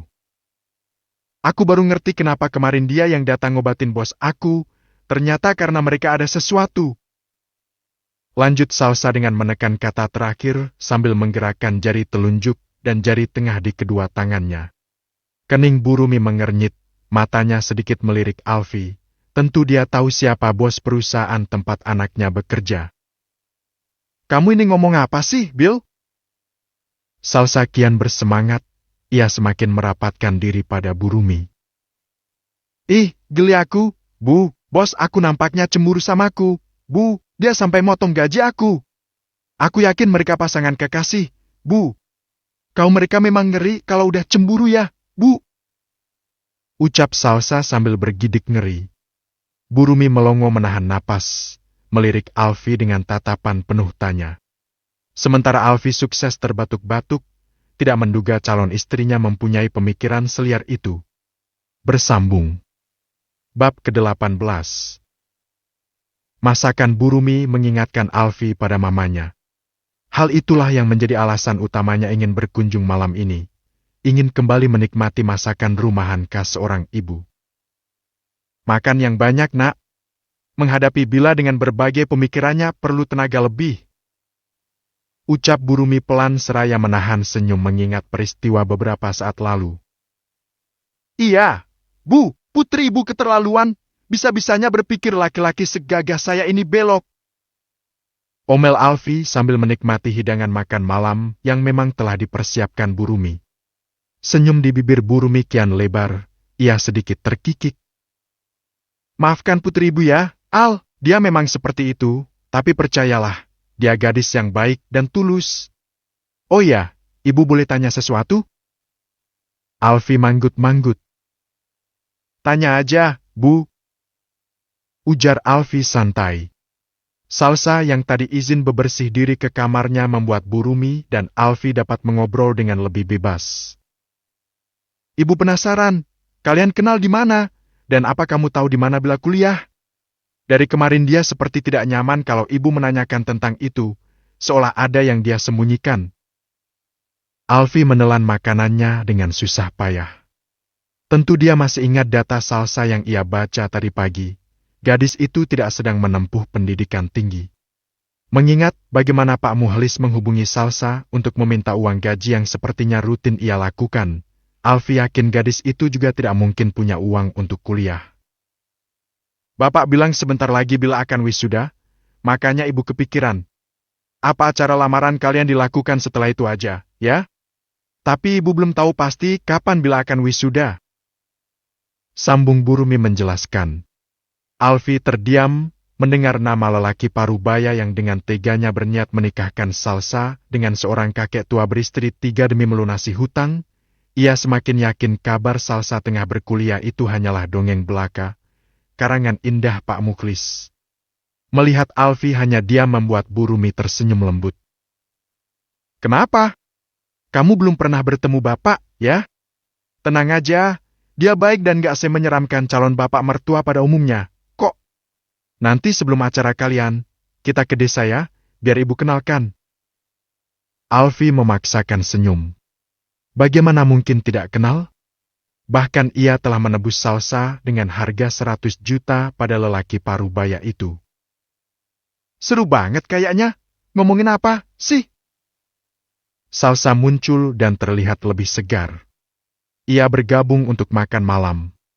Alfi bisa bernapas lega sebab ia sendiri juga tidak tahu jawaban yang tepat untuk pertanyaan dari Burumi. Ini Bel, ibu ngajak Alfi pulang ke desa dulu buat kenalan sama bapak sebelum acara lamaran. Salsa tertegun dan menoleh pada Alfi. Tatapan mata mereka bertemu sesaat. Harus ya, Bu? Tanya Salsa ragu. Ih kamu ini, ya haruslah. Masak anaknya mau nikah. Tapi bapaknya nggak tahu. Tapi ibu juga nggak dikasih tahu bapak kan tentang pernikahan Sheila. Lagian baru mau lamaran, Bu, belum nikah. Salsa mulai menikmati makan malamnya yang mendadak terasa hambar. Sementara Burumi tertegun mengingat pernikahan Sheila yang terjadi tanpa pengetahuannya. Ya udah nanti aja kita bahas itu lagi, ya? Ayo, kalian makan yang banyak.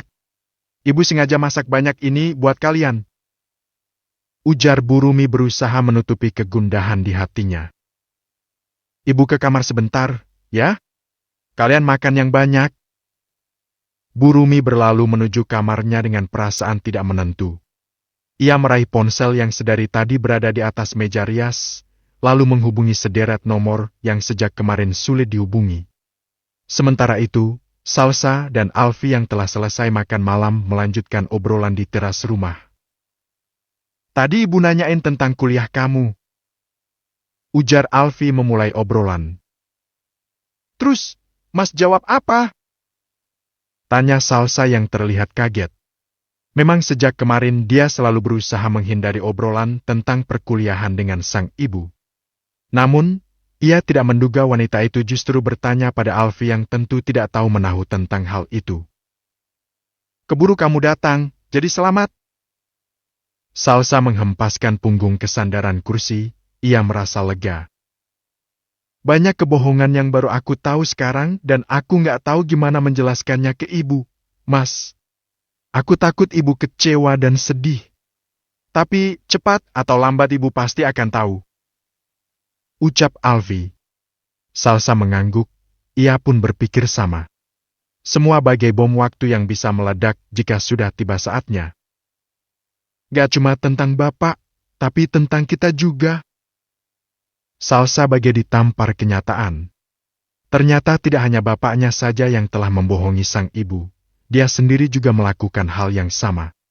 Ia mendesah frustasi. Astagfirullah. Apa yang harus aku lakukan sekarang?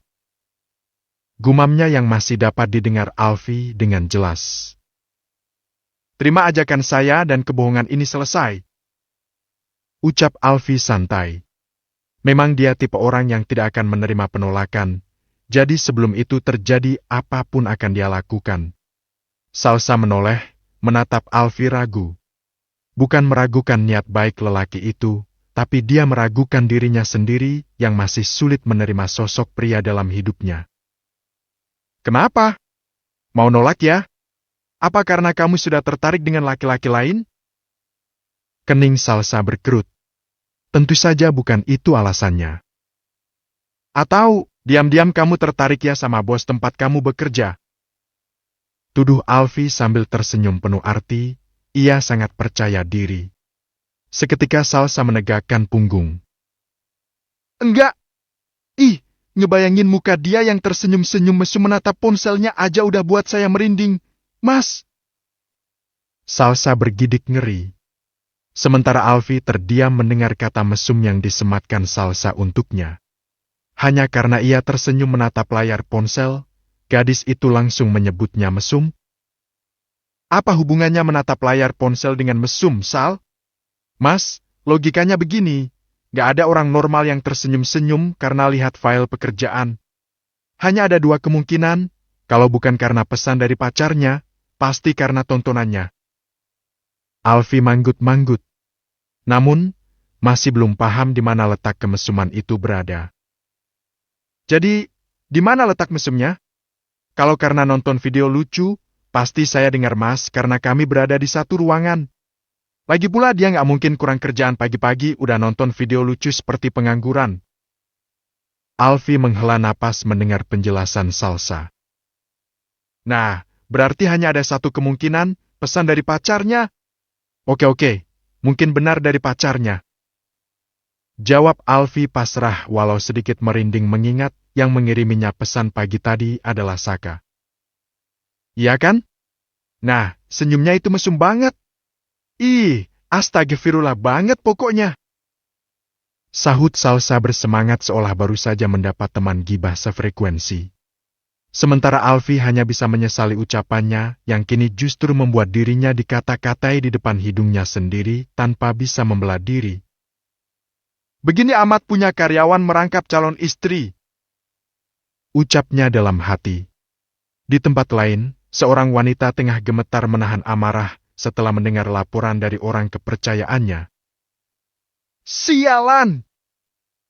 Jeritnya marah hingga suaranya memenuhi gudang tua di tengah perkebunan teh itu. Bersambung. Bab ke-19. Tuh kan, Cal, apa aku bilang, Pak Bos tampan dan baik hati tipe ideal suami idaman aku tuh super perhatian dan pengertian banget. Baru beberapa hari dia di sini.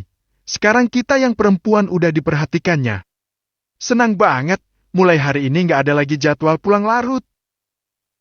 Kening Salsa mengernyit, mendengar ocehan panjang Nini yang sejak tadi selalu memuji-muji sang bos. Memang, sejak tadi malam grup chat sudah heboh karena perubahan shift yang dibagikan supervisor mereka. Puji-pujian untuk sang bos kian menggema setelah manajer mengabarkan perintah dari orang nomor 1 di perusahaan tersebut. Sesuai perintah atasan, tidak ada lagi karyawan wanita yang diperbolehkan pulang larut malam. Jadi, pada jadwal shift akan kita adakan perubahan. Untuk perempuan paling lambat pulang jam 6 sore, ya. Meskipun sedikit keheranan, tapi hampir semua bersyukur dengan kepedulian sang bos, terutama karyawan wanita yang sudah berumah tangga dan mempunyai anak. Dengan perubahan jadwal ini membuat mereka punya waktu lebih untuk menemani putra-putri kesayangannya sebelum tidur malam.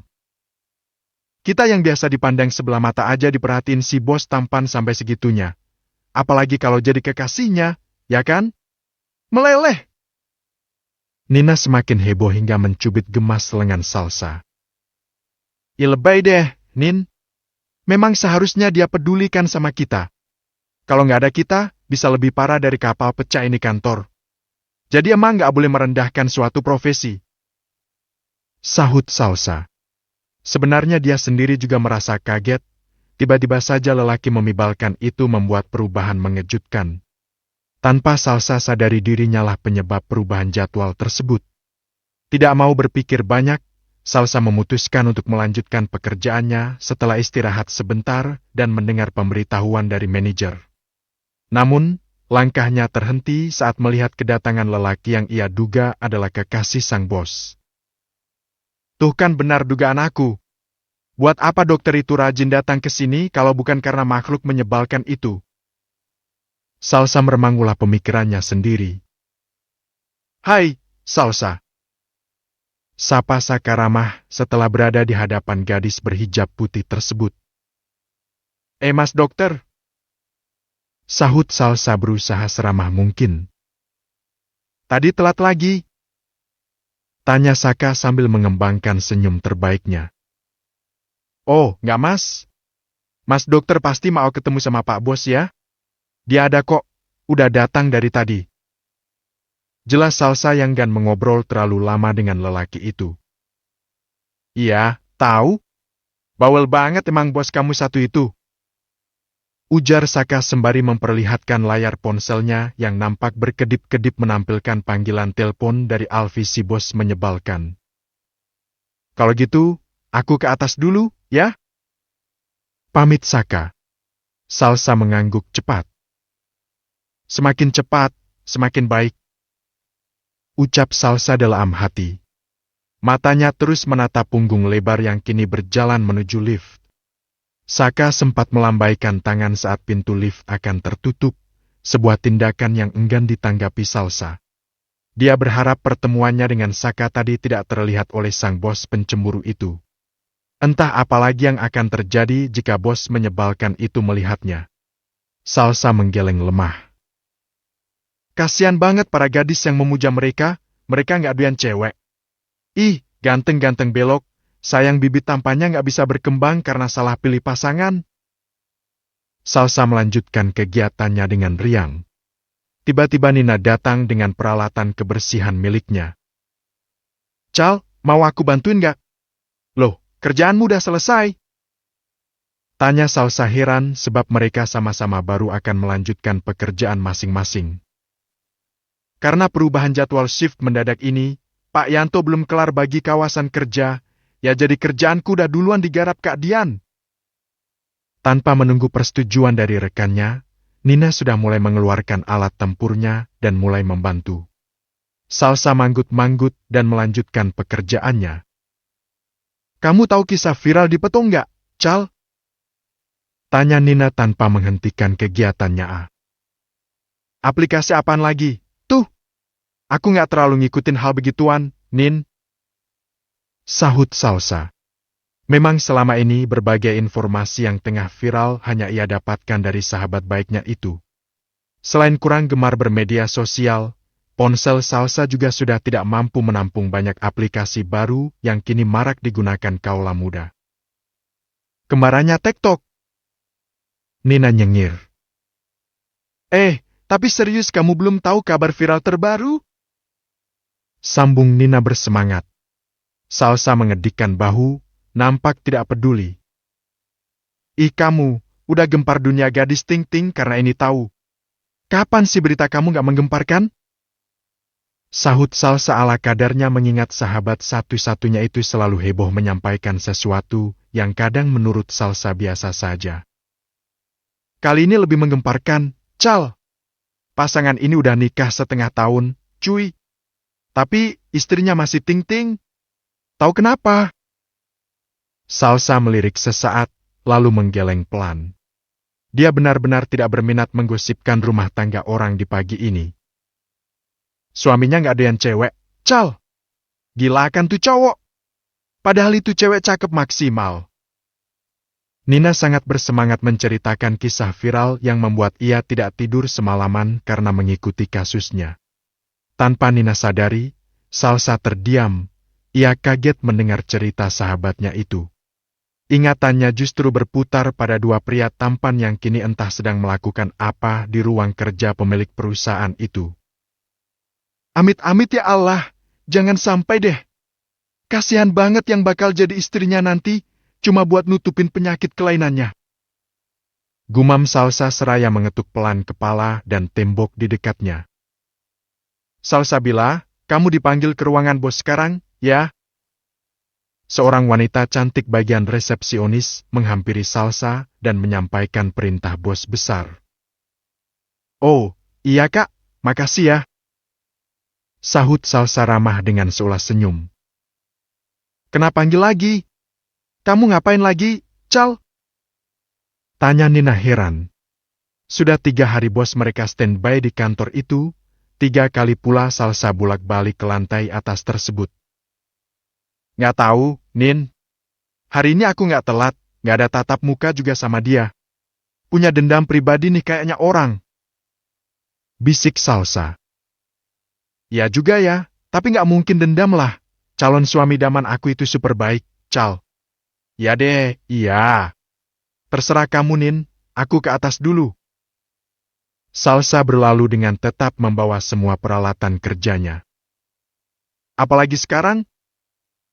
Tanya Salsa dalam hati saat kotak besi yang membawanya ke lantai teratas di gedung tersebut mulai bergerak. Tiba-tiba ia meremang mengingat pertemuannya dengan Saka saat di lobi tadi. Mampus, jangan-jangan dia lihat aku ngobrol sama pacarnya. Salsa mengusap kasar wajahnya, perasaannya tidak karuan. Denting menyadarkannya bahwa ia telah tiba di lantai yang dituju. Kamu lagi? Ngapain lagi sih? Staf wanita yang kemarin tidak suka dengan kemunculan Salsa di sana, kini kembali menatap jijik. Dipanggil Pak Bos, Kak? Jawab Salsa ala kadarnya dan bergegas menuju ruangan sang bos. Sementara di dalam ruangan, Alfi terus mondar-mandir memikirkan cara untuk meluruskan kesalahpahaman yang tercipta di kepala Salsa. Saka hanya bisa menggelang lemah. Dia dipanggil sepagi ini hanya untuk hal sepele yang sebenarnya bisa diselesaikan Alfi sendiri. Pria itu berjalan menuju kursi kebesaran Alfi, lalu menjatuhkan bobot tubuh di sana. Tiba-tiba Alfi yang sedang sibuk mondar-mandir tidak sengaja tersandung kaki Saka hingga jatuh menimpa sahabatnya tersebut. Saka meringis menahan sakit. Sialnya rintihan kesakitan Saka serta posisi mereka berdua membuat siapapun yang melihatnya akan salah paham, termasuk Salsa yang kini mematung di ambang pintu. Bab ke-20. Saya nggak lihat apa-apa kok, Pak. Ujar Salsa gugup, meremas ujung bajunya sendiri. Disinilah gadis itu kini, di ruangan bos, berhadapan dengan dua pria yang wajah keduanya memerah menahan malu. Bukan masalah lihat atau enggaknya, masalahnya cara kerja otakmu agak lain. Gumam Alfi frustasi seraya mengusap kasar wajahnya. Bukannya memperbaiki keadaan, justru semakin runyam saja. Bagaimana dia bisa mengungkap jati dirinya kalau kesalahpahaman ini justru semakin menjadi-jadi? Begini, Sal. Sebenarnya yang kamu lihat tadi nggak seperti yang kamu pikirkan. Ujar Saka, mencoba menjelaskan setenang mungkin, walau dia sendiri malu mengingat tragedi yang baru saja terjadi. Salsa mengangguk. Iya, Mas. Saya juga nggak mikir apa-apa kok. Sahut Salsa sembari memaksakan senyum. Nggak mikir apa-apa, tapi nanti tahu-taunya bilang saya belok. Gerutu Alfi yang masih bisa didengar Salsa dan Saka dengan jelas. Salsa menelan saliva dengan susah payah, tebakan pria itu tepat sekali. Sementara Saka berusaha menahan tawa. Sejak kemunculannya tadi, pria itu sudah terhibur dengan kepanikan Alfi yang menurutnya terlalu berlebihan.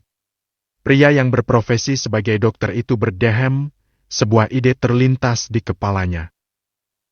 Iya, Alfi sama saya bukan kaum jeruk doyan jeruk. Kalau kamu nggak percaya, silakan pilih salah satu di antara kami buat jadi suami kamu.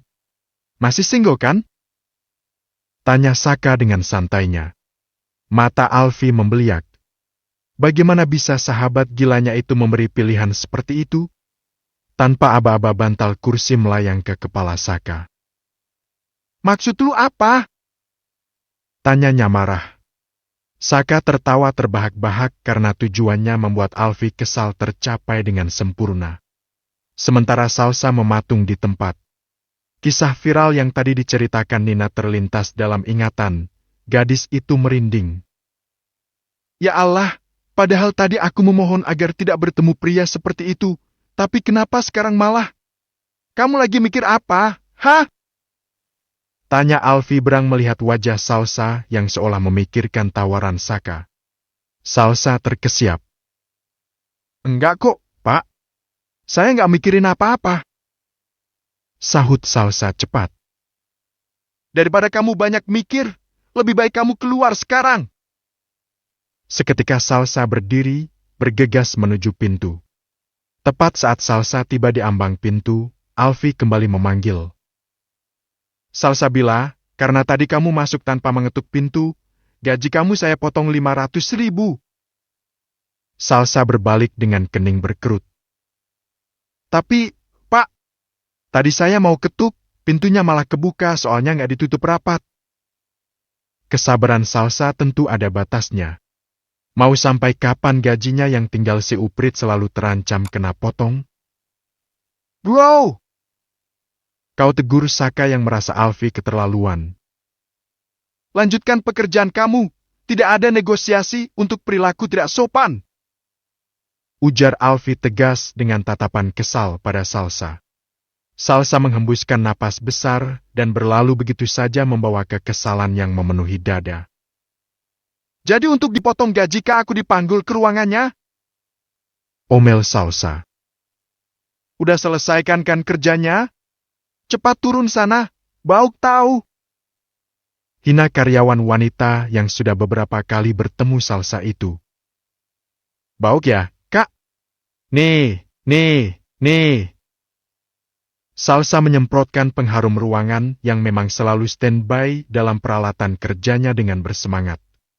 Wanita berkemeja merah muda itu termangu, tidak percaya dengan perlakuan Salsa yang menurutnya terlalu berani itu. Kamu! Bentaknya marah. Udah wangi kan? Permisi, Kak.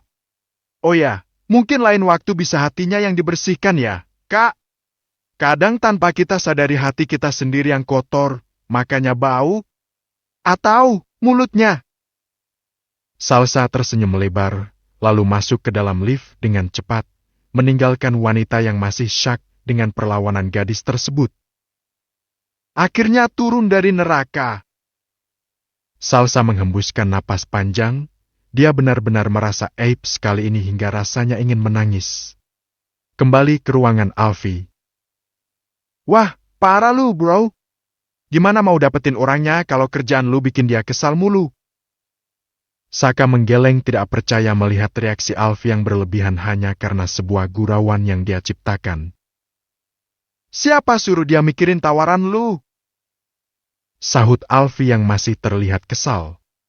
Pria itu kembali ke kursi kerjanya. Bro, lu yang berlebihan. Logika aja, mana mungkin dia mau milih kalau di pikirannya aja kita belok? Ah, kacau lu. Yang ada sekarang dia justru mikir kita beneran belok, tingkah lu macam pacar cemburuan. Alfie terdiam memikirkan ucapan Saka. Kekesalan membuatnya tidak memikirkan kemungkinan yang bisa saja disimpulkan Salsa kini. Alfie kian pusing, ia memijit pelipis yang terasa berdenyut. Kenapa sih cewek lebih ribet daripada bisnis? Udah, gue mau pulang, ngantuk. Kirain lu ditonjok Salsa lagi, makanya gue semangat kemari. Saran gue, lu jangan terlalu galak ke doi, yang ada dia makin jauh. Saka telah pergi sejak beberapa menit yang lalu. Namun Alfie masih terdiam di kursi kerjanya memikirkan ucapan dan perlakuannya pada Salsa. Bayangan mata Salsa yang memancarkan kekecewaan terlintas dalam ingatan. Alfie mengacak-acak rambutnya sendiri. Rasanya saat menghadapi Olin tidak seribet ini, semua terasa mudah. Kenapa kali ini benar-benar membuat otak cerdasnya buntu? Di salah satu toilet wanita, Salsa tengah menyikat kloset sambil membayangkan wajah lelaki yang lagi-lagi telah membuatnya kehilangan 500.000 hari ini. Manusia menyebalkan. Dasar rampok. Belok. Dia kira aku mau apa sama dia? Ogah. Kalau bukan mengingat penjara menanti, udah aku pelintir itu orang. Dasar bos rampok nyebelin. Gerutu Salsa berapi-api. Bos rampok? Maksudnya siapa, Mbak? Salsa terkesiap saat mendengar seseorang menanggapi perkataannya. Ia menoleh dan mendapati seorang wanita cantik dengan dandanan modis berdiri tidak jauh darinya. Maaf kak, toilet yang ini sedang dibersihkan. Silakan gunakan bilik yang lain, ya? Ujar Salsa sopan dengan senyum ramah, walau tertutup masker. Oh, enggak. Saya cuma mau cuci tangan sekalian bercermin. Oh ya, tadi kamu nyebut bos, maksudnya Alfie, ya? Dia ada di sini kan? Tanya wanita cantik itu lagi. Salsa memperhatikan wanita di hadapannya. Tinggi, ramping dan fashionable. Dia jadi teringat obrolannya bersama rekan kerjanya kemarin tentang seorang wanita cantik yang datang ke kantor untuk bertemu sang bos. Siapa wanita ini? Kenapa dia mencari sang bos? Apa mungkin dia adalah korban lelaki menyebalkan itu demi menutupi kelainannya? Halo? Jemari lentik itu melambai di depan wajah Salsa hingga membuat fokus Salsa kembali. Iya, ada kak. Senyum wanita cantik itu mengembang sempurna. Akhirnya, makasih ya, Mbak. Kalau gitu, saya ke ruangan dia dulu. Wanita itu pergi begitu cepat, meninggalkan Salsa dengan rasa bersalahnya. Bukan ranah aku buat kasih tahu kehadiran Pak Bos. Waduh, gimana ini? Dia ingin menyusul, tapi wanita tadi telah menghilang dari pandangan. Tapi kan ada petugas yang jaga juga di atas. Biarin deh, biar mereka ada kerjaan. Gumam Salsa meyakinkan diri dan melanjutkan pekerjaannya. Beberapa saat kemudian terdengar keributan yang berasal dari lobi kantor. Salsa yang baru saja menyelesaikan pekerjaannya dibuat kaget dan penasaran. Gadis itu ikut memadati lobi kantor, matanya membulat sempurna saat melihat Alfie mendorong kasar wanita cantik yang bertanya padanya di toilet tadi. Salsa meremang saat tatapan tajam Alfie beralih padanya. Salsabila, kurangnya potongan gaji yang saya beri? Mulai sekarang hingga 5 tahun ke depan tidak akan ada sepersen pun yang akan kamu terima dari perusahaan ini. Jangan harap bisa resign. Kecuali kamu lebih memilih masuk, Bui. Bersambung.